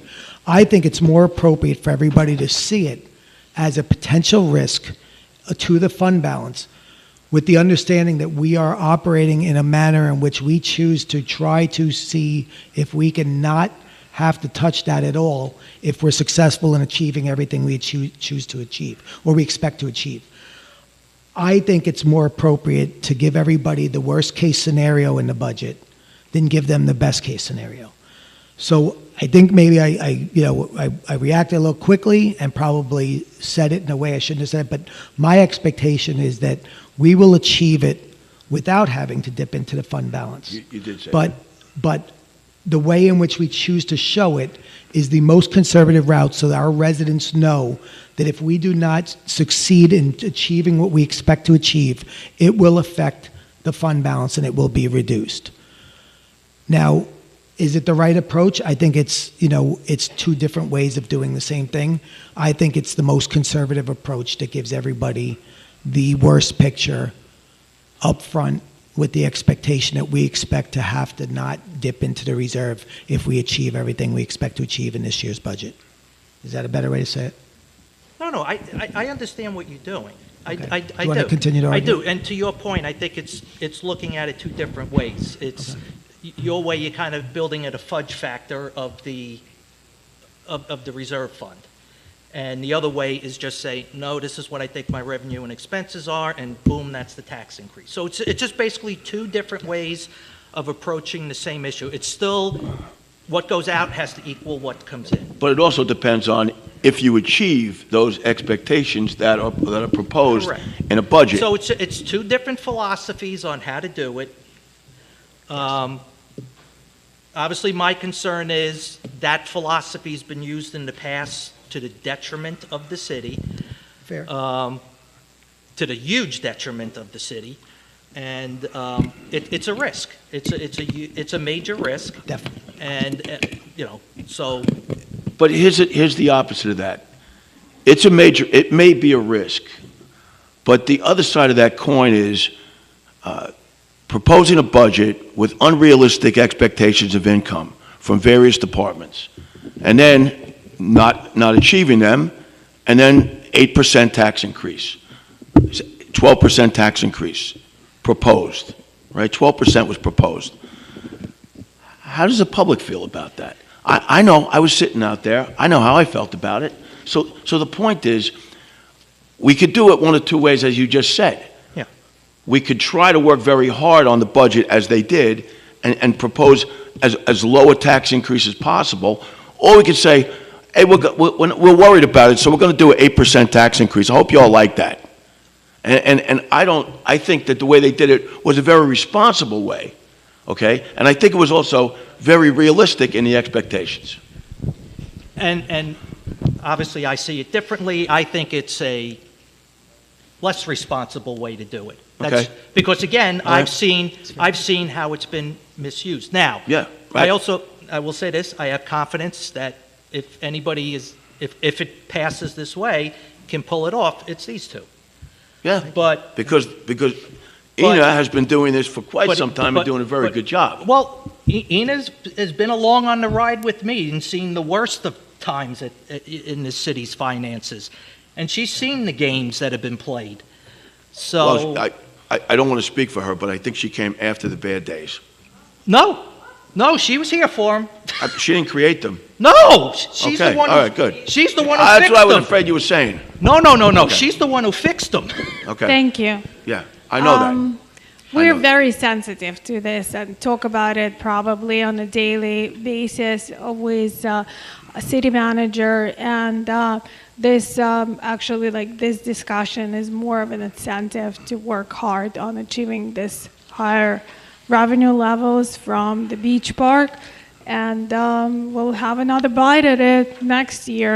I'm not a big proponent of using fund balance. I talked about it openly. I don't think that bringing it down to 11% the way that it looks now will be catastrophic and will preclude us from bringing it back to the levels that it's at right now in the future. Chris, let me ask you a question, because you run businesses. Do you budget where you kind of deficit budget? Yeah, gap budgets, deficit budgets. You do that?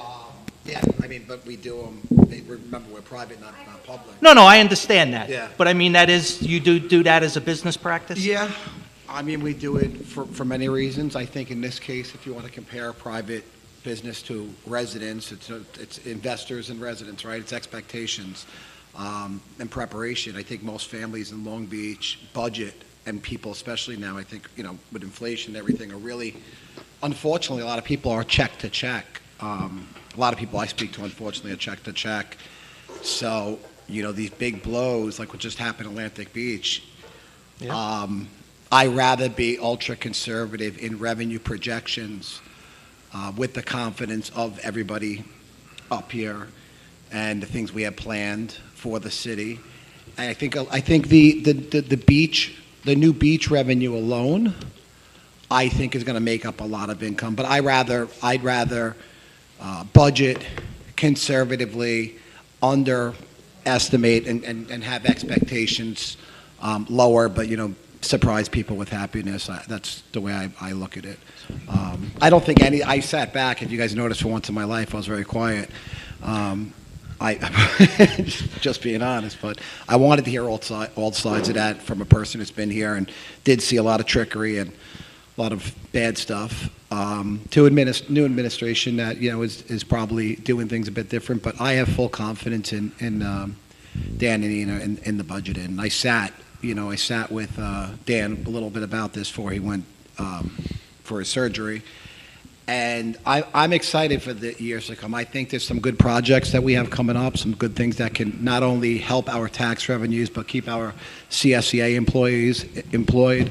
Some things that we've spoke about as a group, and that's the stuff we have to look forward to. To Brendan's point, I don't think we should keep talking about the past. And to Eileen Hession's point, keep praying, because we're all working together, and that's what we should do, is just work together. And if we're going to have this conversation, I don't think we should have it here. I think we should have it behind closed doors and come out here and give the public something they deserve. So that's my opinion. Okay. We'll close it out? No, just a couple of questions. Okay, you already had a couple of questions. And I have a couple more. Okay. All right. Ina, the last year's water was 25% increase, I believe so. and this year's 13%. Yes. Do you know what that comes out to in dollars Yes. total? The 30. You mean total for 38%. the font or total for per What is gallon? 38% of water Total from- per gallon or total for the font? So for those that are using minimum water, it's going to go from $71 No, no, per I'm not- quarter I'm to talking about- 79. Gross. How much did we bring in by increasing it by 25%?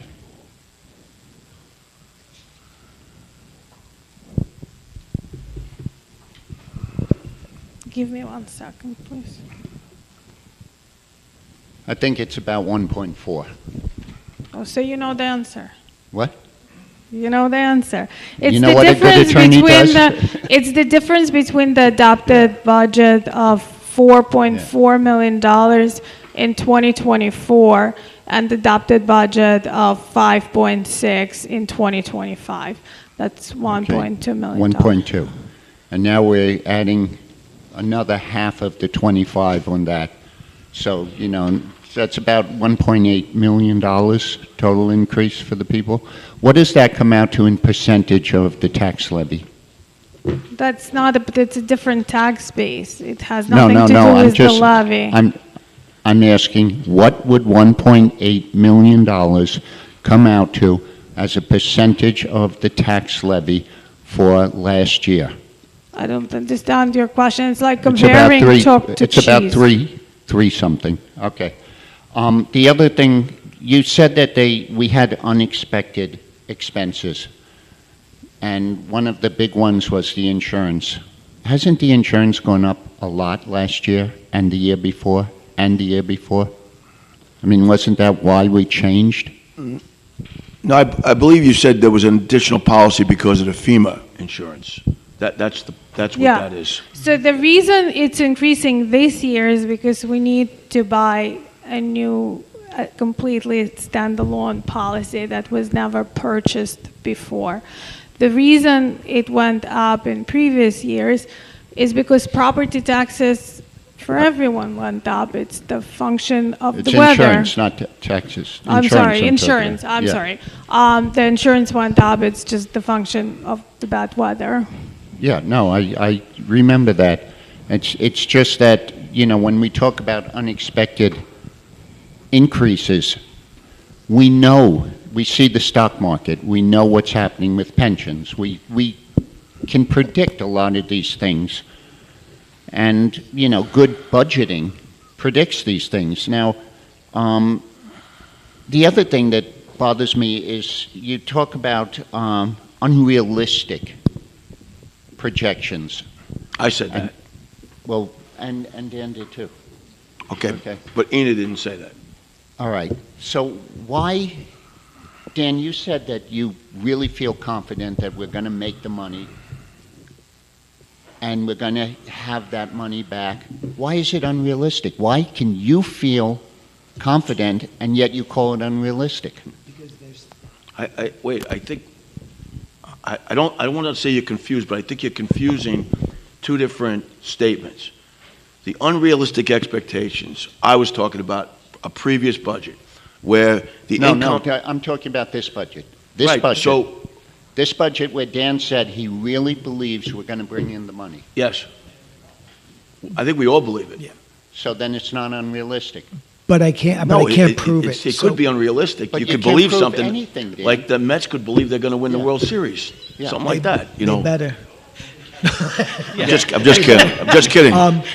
So we've taken an approach across the board of only really quantifying in the budget what we're actually have proven to have seen currently. So, like for instance, we think we'll bring a lot more money in at the ice arena. We think we're getting much more ice time. We feel that we're getting higher rates, but we're only taking into account what we are pretty much receiving now based on the rates that we're getting. When it pans out and we get the ice time rented or whatever, we will then next year budget a higher amount for it. Right now, I expect the changes to the boardwalk, the way in which we reconfigured it. I really believe we'll collect a lot more of the people that enter the beach than we did this year, but I don't know that for sure. But do you know we can any get of full. this, Dan? I mean, do you know any of it ahead of time? These are projections. They're supposed to be educated guesses. Correct. So again, this was a difference in approach. This is what I was saying to John, in that I chose, rather than to take credit for it, to put it into a use of the fund balance with the expectation that I will not use the fund balance.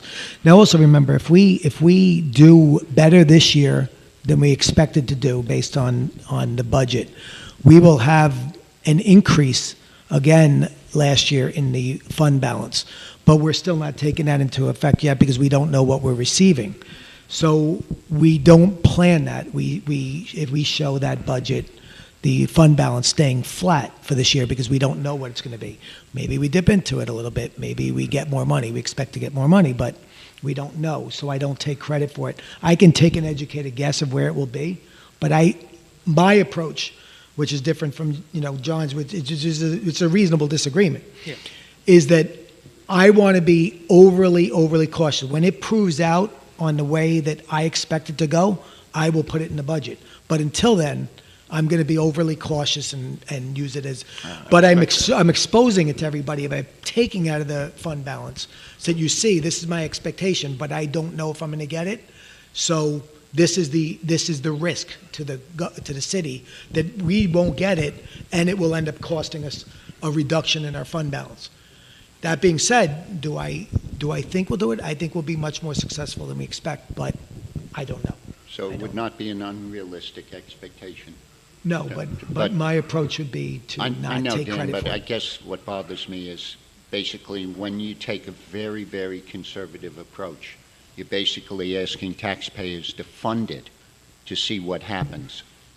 Not really. No, because I'm only going to the cap. I'm not doing the 5% that John. If I was to do the 5% that John had said, maybe it's better to do a 5% tax increase.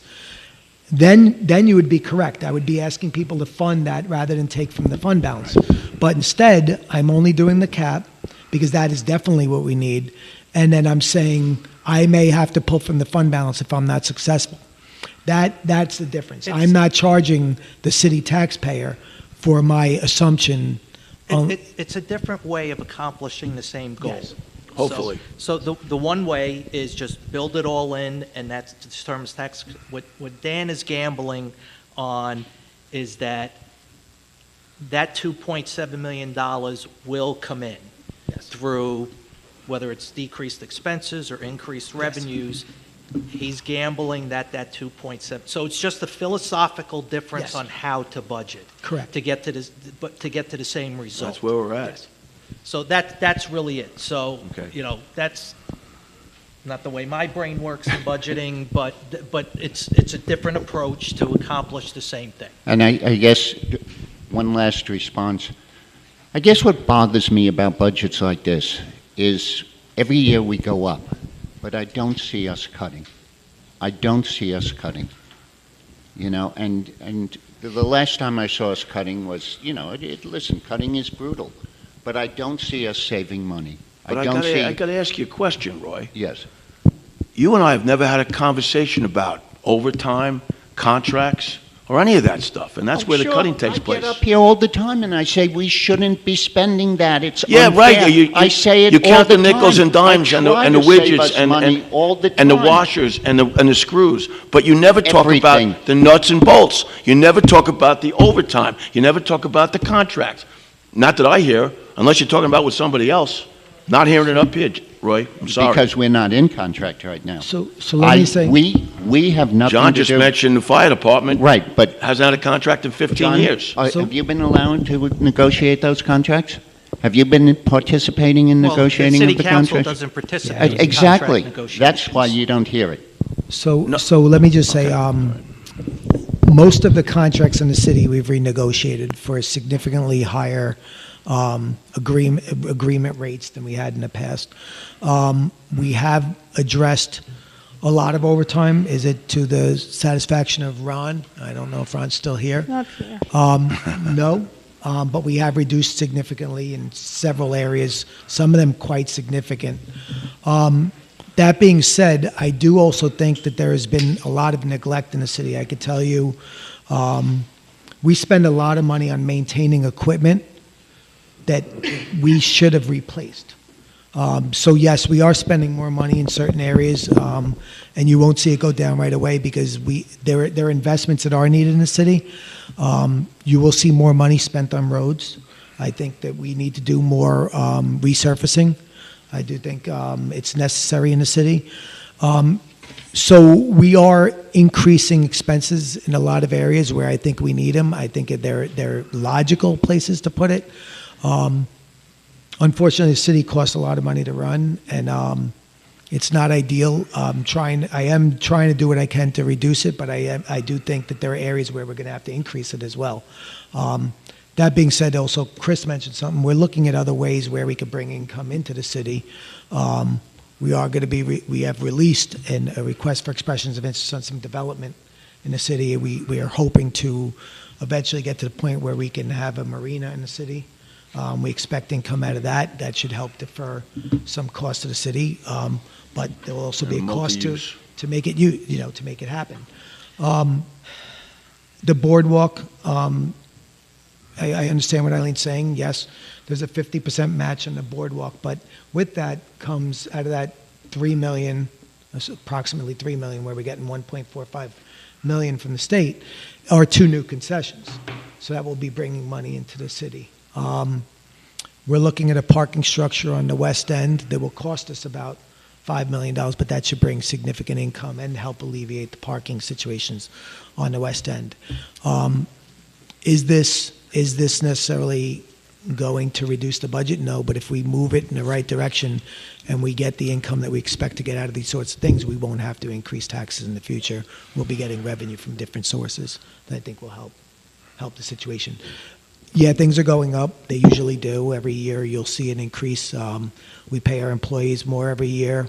Cost of goods go up every year. There's always going to be an increase. But we have to do what we can to keep that as to a minimum. And we'll continue to work in that direction. Dan, if I may, or Brendan, I'm sorry. Yeah. I say this to everybody, the council, the residents, everybody involved. We could all sit here and, I think every council for the last 20 years is, looking for money that just doesn't exist. And if we keep doing the same exact thing that everybody else is doing, we can sit up here and grow beards arguing about where to get money from. Every year, no matter what it is, things get more expensive. Everything gets more expensive. What we must do, and my goal, is to do things that create revenue. Dan just touched some of them. We live in a town that we have a beach, we have a bay, and we don't have a single boat slip for our residents to use. We can have a developer come in here and do a marina, pay for the capital, put the capital behind it to do it, and have a revenue split with the city. I almost said the county, with the city, and significant revenue from some of the things that I've sketched and whatnot. But we need to do things like that. We need to utilize the boardwalk more. We need to, like Dan said about the parking structure, which would at the same time, besides bringing a major revenue, would solve a major problem, which is parking. So things are only to get more expensive. If you don't have any revenue to pay for it, we're just going to continue to go backwards or look at tax hikes. So our main focus should be creating revenue in this city. And I think now that we put out what's called the RFEI, right? Request for expressed interest to developers and whatnot, to put a marina or something into this city or the Bay Area and make significant income for the city. Our assets need to pay for assets that we as individuals own, and our asset is this city. And we need to do that responsibly without overdeveloping and letting other people, like we've done so much in the past, is let these big, rich developers just get fatter. And why all of us sit in a room and the people, I know there's a lot of people in this room who don't care for everybody up here and whatnot, but you're all here because you care about the city, right? So we have to start thinking about ourselves, what we can do, what this council can do for the residents, so we don't have these conversations. I don't want to be here for 2 hours at 7 o'clock to 9 o'clock talking about a budget hearing. We didn't even vote on one thing. We didn't even talk about one agenda item yet. So, that's what we need to focus on. And, I just ask everybody to be united and help in that, because those are the things we should look at moving forward. That's what keeps our tax base low. That's what keeps our union strong. That's what keeps everybody happy. And at the same time, it improves your quality of life. That's what we should focus on. So I'm not one to control this meeting. I'm not the president or the city manager. But I wanted to try and end this on a happy note and what we should look forward to. So that was my 2 cents I wanted to give. Thank you. Thank you, Chris. I think we're going to cap this off. We have a difference of opinion upon how it should be done. Ina and Dan, Ina, you've been doing it a long time. Dan, it's your second budget. I think that I personally have confidence in both of you. I think everybody up here does as well. And I think our goal has been to try to give some sort of a break to the taxpayers because they've been paying a lot of taxes over the years. And if we can do that, we can, responsibly, we're going to do that. So thank you very much. I think we can close this right now and move on to the agenda. Okay. No, it's it's good. open. It stays open. Right, Yeah. Yeah, there'll be another hearing on this, there'll be another hearing on this item on On May 20th. on May 20th. Right. Okay, on to the regular calendar. Item 1 is a resolution fixing and providing for the 2025 season of the Ocean Beach Park. Okay, so this item allows us to set the dates for when Ocean Beach Park will be open this year. Typically, we open weekends from Memorial Day to Labor Day with full week openings at the end of June. To provide further availability, we opened approximately 1.5 weeks earlier on June 19th. This gives more days to the season pass holders at no additional cost and will provide full lifeguard coverage for more days. I believe there'll be 83 days because Labor Day falls a little early this year. There was also a request to consider in future years extending into September and possibly even earlier in June. We've been having conversations with the lifeguards in Beach Park. This year, we did not feel that we could staff it appropriately, but we will be continuing to look at those opportunities. So for now, I think these are the days that we are proposing to open Beach Park. And I do think there is an opportunity that if we do have good weather in September to potentially extend it, but we would have to make sure that we have proper coverage. Okay, we have comments from the council. All right. Comments from the public? All right, thank you. I will close that Okay. one then. Item 2 has been taken off the calendar. Item 3 has been taken off the calendar. Item 4 is a resolution authorizing the city manager to purchase automotive batteries from the lowest responsible bidders. Okay, so this item allows us to purchase automobile batteries from the lowest of 5 responsible bidders for various sizes. I believe the term, we looked it up, was earlier today, and there was a 1-year term with a 1-year extension possible. There are 2 low bidders, one for each different type of battery that we're looking to purchase. And if you have any further questions, I believe we can answer them. Okay, questions from the council? Questions, comments from the public? All right, thank you. We'll close that. Item 5 is a resolution authorizing the city manager to accept a charitable donation. Okay, so this one we've done before last year. This allows us to accept a donation from Mount Sinai South Nassau of T-shirts for our lifeguards. We would like to thank Mount Sinai Nassau for South Nassau for their very generous donation. If you have any further questions, I think we can answer them. There's a few people here that can answer those questions. Okay, questions from the council? Question from the public? All right, thank you. Close that one.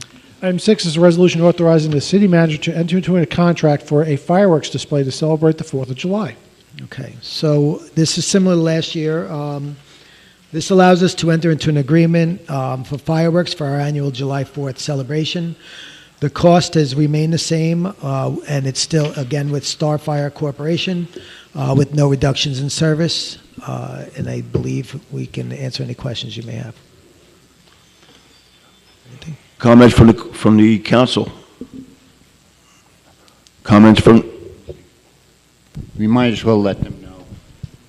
There are going to be 4,400 shells at the exhibit. 4,400 shells. I think that's so cool.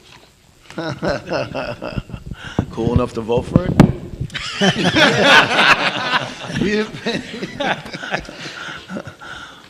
Okay.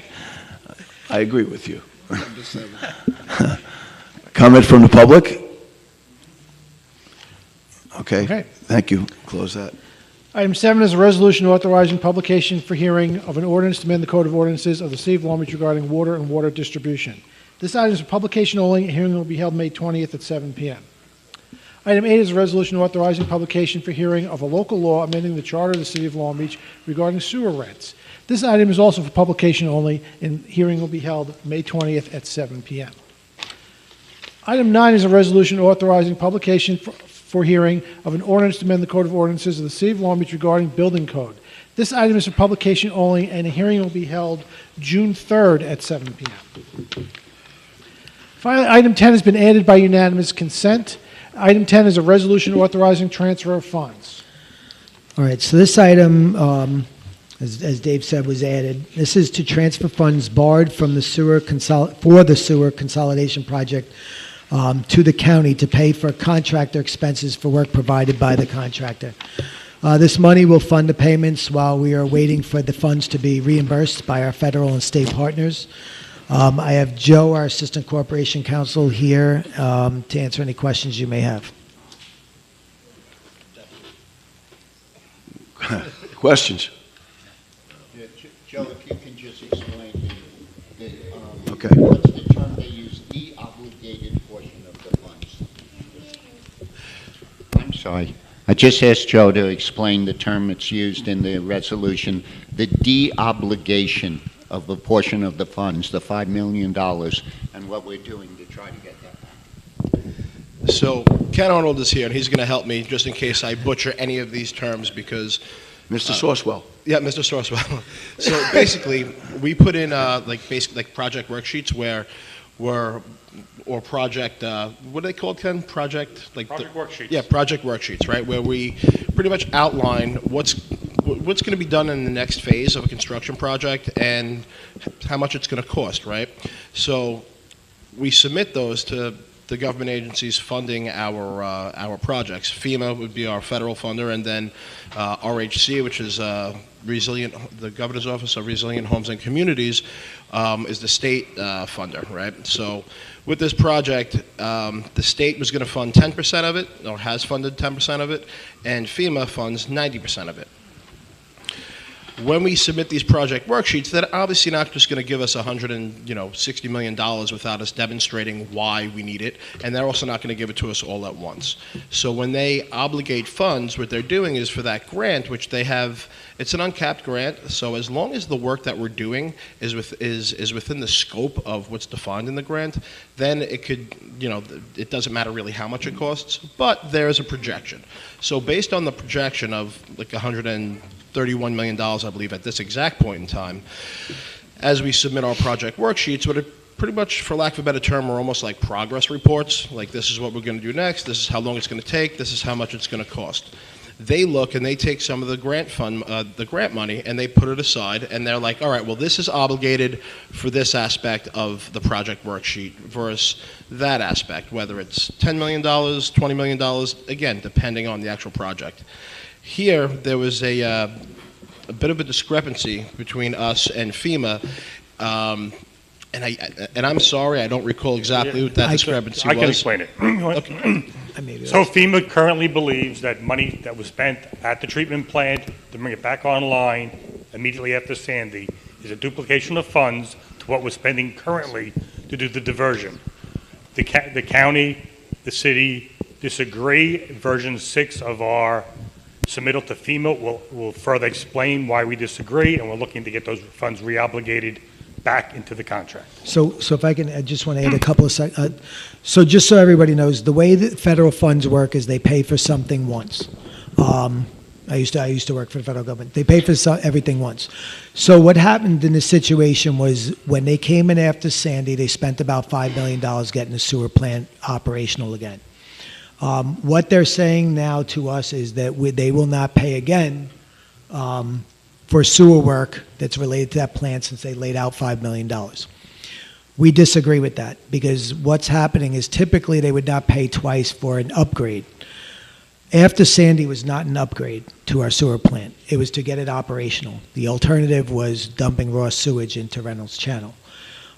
We feel we will win this with them when we argue it, but we have to have that argument, and in the meantime, the contractors will be paid. So to address Roy's comment, a lot of this is tied to that portion of work in which they claim that there is a duplication of payment, and they want to deobligate it. And we have an argument that it was not a duplication of payment, it was to get the sewer plant operational, and that now they are funding a upgrade of the sewer plant, which will bring it over to Nassau County. Okay. Thank you. Thank you both for, and also Thank for you, Ken. refreshing. my memory. Appreciate it. Thank you, Joe, for explaining it. Yep. Any other comments? Good question. Okay.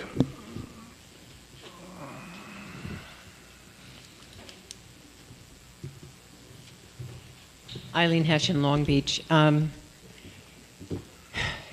Are we going to have to pay outside counsel for this, to fight this? And if we lose, how much is it going to cost the taxpayers? And also, since the federal government is threatening to stop FEMA altogether, are we afraid of that? Those are my questions. This is ongoing already. Yeah, This it's ongoing. is already ongoing. Excuse me? We've been, this dispute has been going on for a while with FEMA on the payback. Oh, and who, do we have outside counsel fighting for us to win? No. No, we're doing No. this in-house. That's So great. This is a collaborative project between us and the county. So in essence, we have, our in-house counsel, myself, and also a lady by the name of Jane Hodak, who is the public works attorney for the city. And For the county. I'm sorry, for the county, excuse me, misspoke. And we're the ones that are both spearheading it for our respective municipalities. Okay, and you expect to win. If you don't, though, will it cost us? So here's the thing. Yes and no, and here's why I say yes and no. The no is because built into the intermunicipal agreement with the county, when the sewer system is completely turned over to the county, there's going to be a period of time for any funds that were not obligated, that weren't reimbursed by the city, where it's the county sewer system, but we'll still be able to keep the sewer rents to pay back that money, until we satisfy all those debts and recoup that money. If at any point the county says, you know what, no, just give it all to us, give us the sewer rents, they also take the debt along with that. The reason why, so that's why I say no, because it's been calculated already in the intermunicipal agreement from, I believe it was 2019, it was just before my tenure, that there's a mechanism to recoup these funds. But, again, what did I say? It's coming from sewer rents. So our citizens pay sewer rent, right? So it's just that instead of paying those sewer rents and then the money going directly back to the county once they're actually maintaining the system, we get to keep it for a while until we recoup this money. Thank you for the details. When I come up, all I really want to know is it going to cost me anything? You got I it. don't blame you. Good question. I'm not up here that often, I'm sorry. Any other comments from the public? Okay, then we can close that. Just a little bit of housekeeping. So with this item, I had noticed for a special meeting on Friday, since in anticipation of this not making onto the agenda in time, since this item Saying that we don't always agree, Dave? No, we didn't know if it was going to make it on in time for tonight's meeting. So I had scheduled a special meeting. We no longer need that special meeting, so that meeting has been canceled, the one that we had scheduled for Friday. Thank you. Okay. Thank you. So on to the voting. All right. The exciting part. I'd like to motion that we move and block vote item 1 and 4 through 10. I'll second. So all items, all remaining items. All remaining items. Okay. Okay. Whole enchilada, okay. It's exciting. And second? Chris seconded. Chris seconded. Okay, thank you. Voting, Councilmember Bendo. Yes. Councilmember Lester. Yes. Councilmember Reinhardt. Yes. Vice President Fiamora. Yes. President Finn. Yes. Okay. City Manager's monthly personnel report has been filed by the city clerk. Who will make a motion to close the meeting? I will. I'll second it. Voting, Councilmember Bendo. Yes. Councilmember Lester. Yes. Councilmember Reinhardt. Yes. Vice President Fiamora. Yes. President Finn. Yes.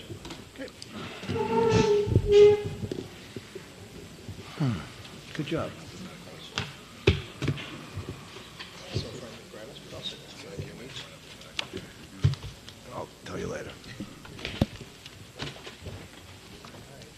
Yes.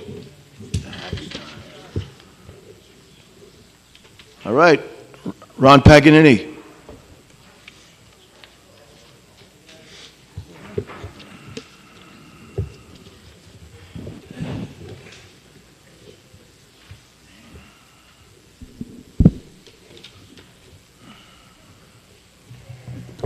Ron Paganini, Long Beach. I wasn't going to come up. I was done, but I have to make a correction about the overtime. It's not really the money. I know it increases every year. It's about the hours. Right.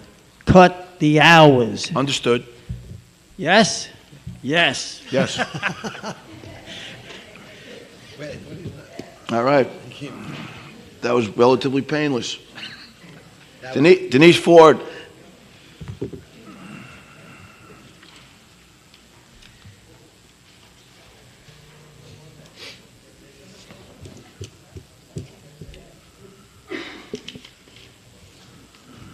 Denise Ford, Ohio Avenue. Hi, Denise. Hello, everybody. Good evening. I am here to ask about the access and egress from the beach. I noticed the stairs going down to the beach have all been boarded up, and everyone now must use the ramp. Will this constrict the movement and possibly cause a conflict of those coming on and those leaving? Typically, traffic, even foot traffic, stays to the right, yet the booth is on the left at the bottom of the ramp where you turn. Can people be held up by ticket takers accepting payment and, by accepting the payment, like when they do, I guess, with their phones and stuff like that, for the daily users? And I wonder what impact this could have on the residents who have season passes, as beachgoers will bring wagons, surfboards, umbrellas, and other items. And I noticed that the opening at the turn next to the booth appears to be about 4 foot wide. How can people easily leave the beach when there is only one option, such as at the evening of the fireworks, or if they suddenly have to clear the beach? If the passageway is blocked and crowded and emergency personnel must get onto the beach, is there a concern that they may be slowed down? Because people will be compacted on the ramp going down it, and that ramp is fairly a good distance. I'm actually curious as to why this has done, because in a sense it doesn't make sense to me. I feel that we should make every effort to accommodate our residents as well as our visitors. I'd like to know if you are concerned about people sneaking on without paying.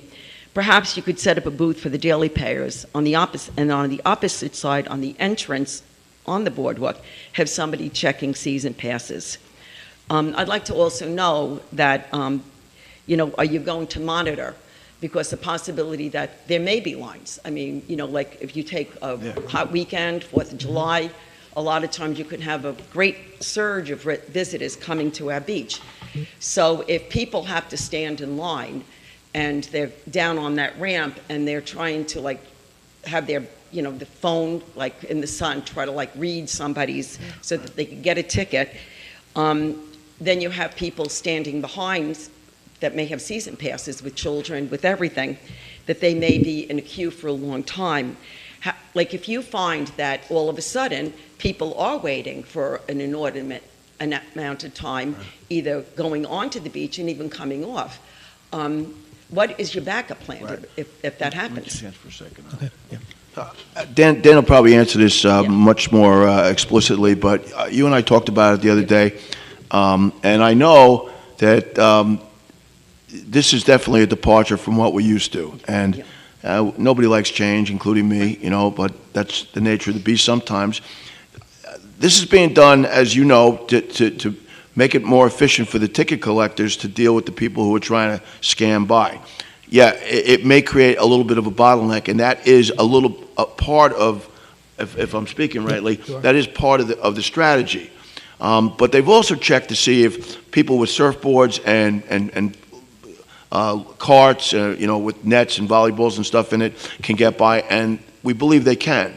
Now, as I said to you the other night, and I've also spoke with Dan, and I think everybody in the council agrees, but I won't speak for them, that if it's not working, we have to change it, right? But I think we should give it a chance, because I think it will enhance the ability of the ticket takers, and then I think it will enhance the income of the city. So I think it's worth giving it a couple of weeks, because as you know, in the center of town, there are huge lines at Edwards, National, sometimes at Long Beach, maybe Riverside.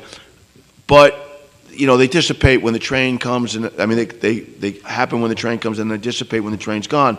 But I think it's probably better to have it on the ramp than on the boardwalk, the lines. But do you want to Yeah, speak? I mean, they're all legitimate concerns. We've actually looked at them, and we have some worry about the same sorts of things.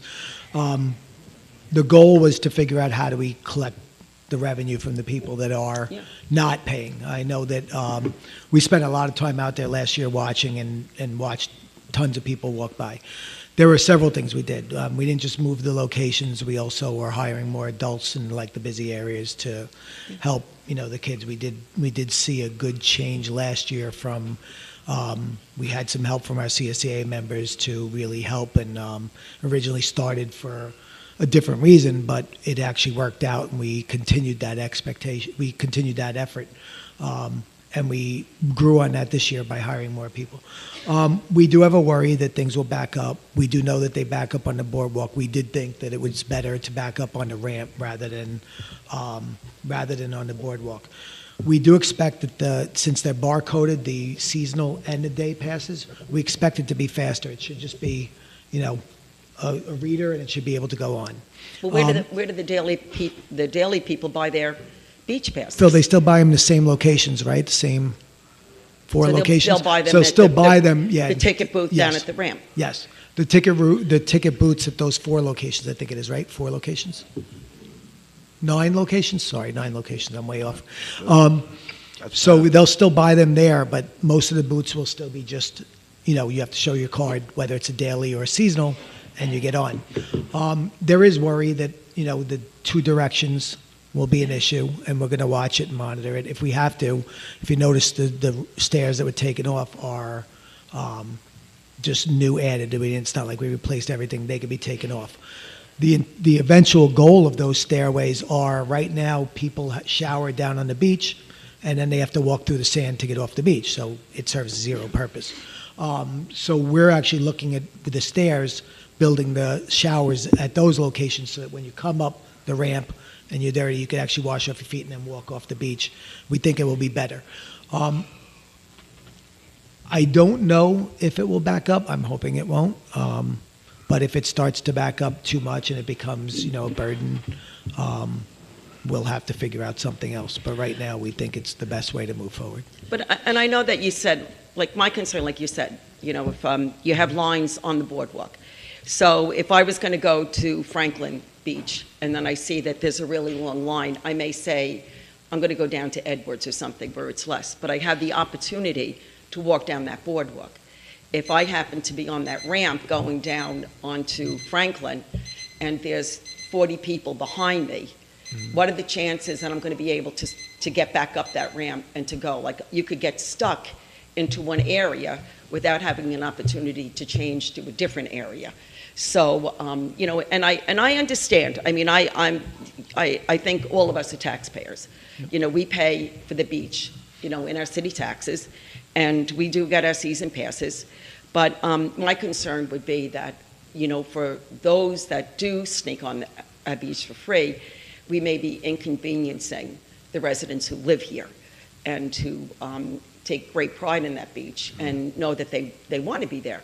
So, you know, and, you know, I just, you took away one entrance or exit or whatever you want to say, one point. I missed it already. Right, and then you actually diminished the width of the people traveling up and down the ramp. It's not like they're traveling the whole ramp.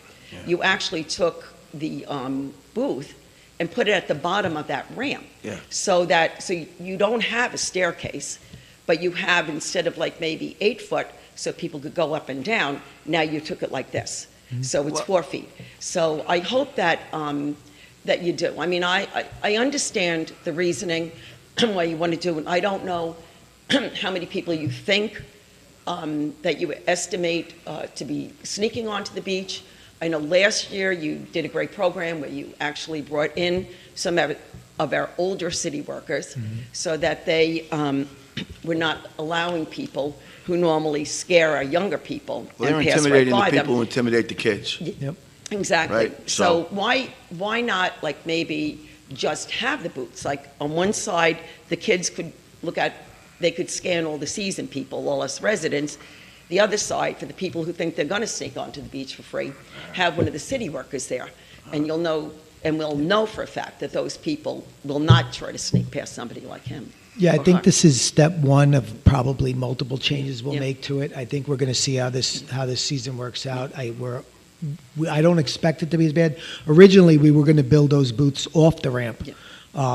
But it's a significant effort now to build platforms and everything like that. If it ends up that way, we will have to amend and maybe go back to what we were thinking, where we build it off the ramp. We've looked at a lot of different options. We do think this will work, and we don't think it will be that bad, but we're going to have to monitor it closely to make sure. I really hope so, because, that I know a lot of people, and I just don't, even for me, down at the West End, we don't really get too many daily people.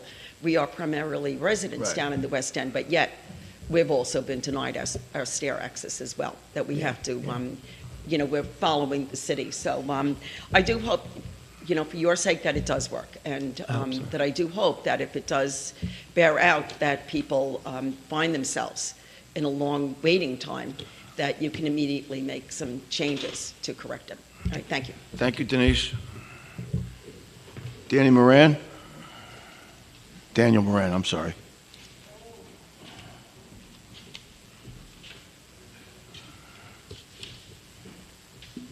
Thanks so much for the opportunity to address everybody here.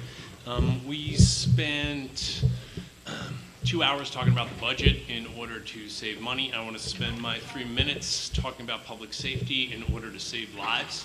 I'm Dr. Daniel Moran.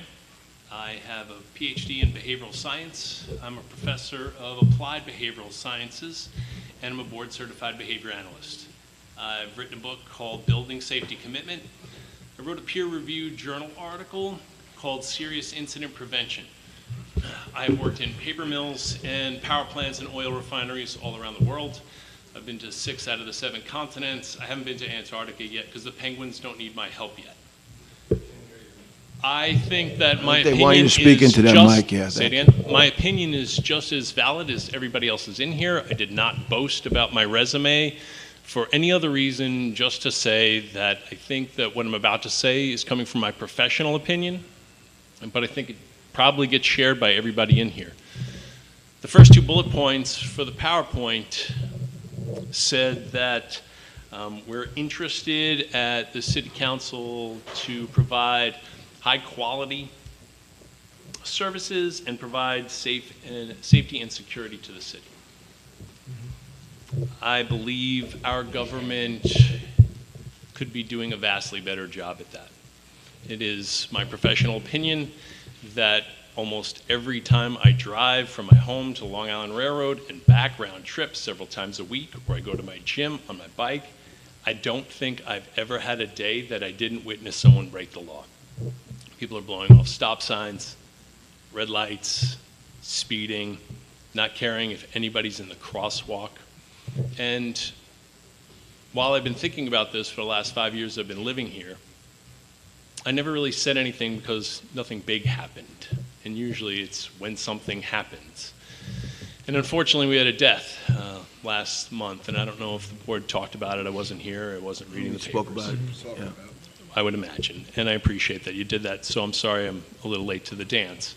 But it's just, like I said, in all that introduction, it's very unfortunate that that happened. I'm asking the board to talk to whoever's in charge of public safety to increase whatever oversight you have in order to reduce incidents and injuries. The amount of unsafe behavior that happens here that I see going unconsequated is astonishing to me. So I just wanted to suggest, from my opinion, that we really need to do something about this. Thanks for your time. Thank you very much. Appreciate it, and I agree with quite a bit of what you said. Thank you. Eileen Hessian, do you know your way up here?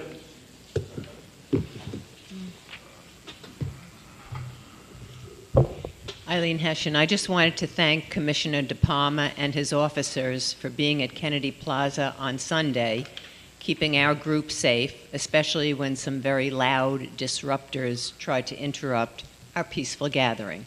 So I thank him. Okay. We do have a great police commissioner and a very great police department. I concur. Tim Kramer?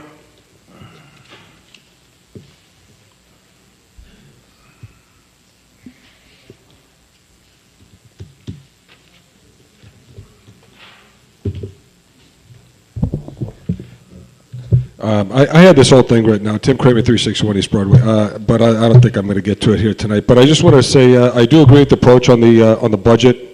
In my opinion, I think it incentivizes the city to run on a razor's edge, and I really appreciate that. And it also, like Chris had mentioned, it also encourages the city to come up with new and additional revenue streams. So I really like this approach. I think it's a pro-business approach, and I'm all for it, and I really appreciate it. Thank you. Thank you. Thank you, Tim. I think everybody up here agrees as well. Sam Pinto.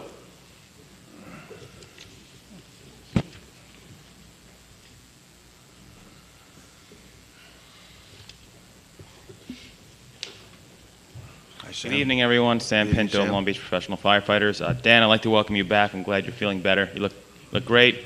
Stay strong, feel great. So just briefly speaking to the budget, I'm only really going to speak to what was presented tonight and just how it reflects with the fire department. I'm not looking for a long debate. I'm not looking for detailed issues or answers to work out tonight. What I'm actually looking for is if there's an opportunity. So the revenues, the expenditures are already laid out. I think the city manager did a good job in trying to give efficient services. But I do think there's room for improvement. Obviously, it's the proposed draft. The council has the opportunity to put together an errata sheet. Listening to the presentation, there was a lot of reductions in the budget this year, and also a lot of increases. But there wasn't any real increases in the staffing for the firefighters. The budget numbers went down from 32 full-time employees down to 26. There was a year-to-year cost reduction, but total budget actually went up, even though those things went down. So what I'm looking for is to actually create an opportunity that the management, the union, the city council, the city manager can sit together and say, all right, we want to lay out this amount of money to provide these types of services. How can we maximize it? And I think we have a great opportunity using the framework from this budget to really say, all right, this was a good idea, but maybe we'll shift it to this because we have the capabilities to do it in this direction. So that's what I'm asking for. If we can do it, I appreciate it. If not, I'll be at the next budget hearing doing it publicly. So either way, it'll all work out, but just really hoping to get some good dialogue, working things out together. So thank you. All right. Thank you, Sam. Danielle?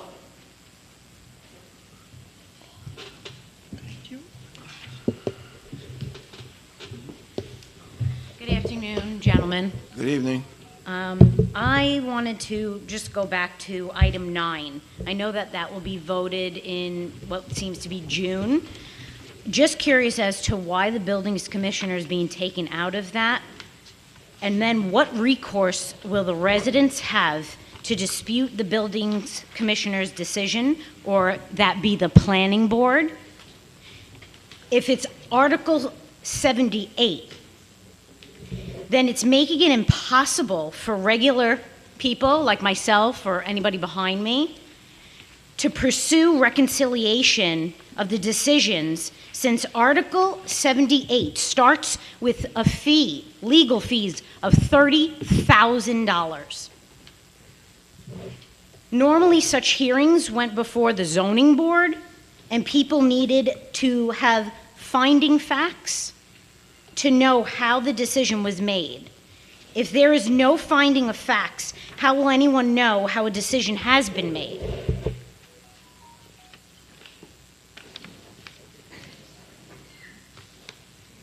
Again, if the planning board makes a decision, a person has no recourse except for Article 78.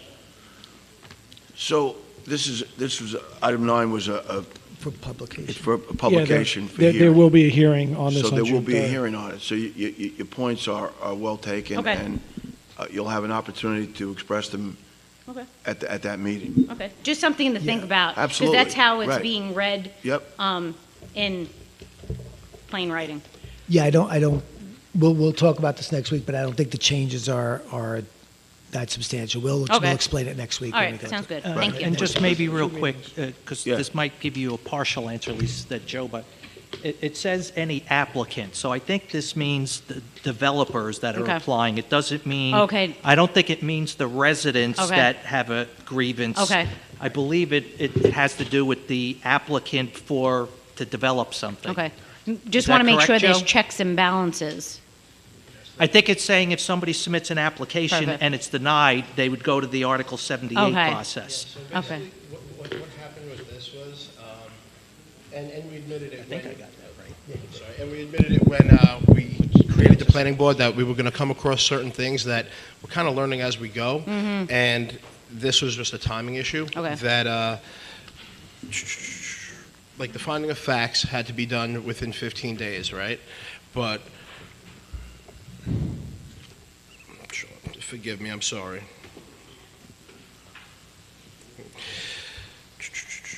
So the finding of facts had to be done within 15 days, but based on the CPLR, which is the Civil Practice Law and Rules of the State of New York, finding of facts actually has to be submitted at the time in response to an Article 78. This wasn't done to take away your ability to challenge anything. It basically was just done to be more consistent with the law, so we didn't have something in our code that was conflicting with New York State law. Okay. All right, All right. but with respect to the Board of Architectural Review Board, that's really for, single and two-family homes that are being built as new construction. The goal is never no with the Architectural Review Board. It's pretty much how do we get to yes. I've never seen anything denied by the ARB. Okay. Thank you. Thanks a lot. We've run out of contestants, so thank you very much, everyone, for coming down and sitting here and participating in democracy. Get home safe, and we'll see you on May 20th. Thank you again.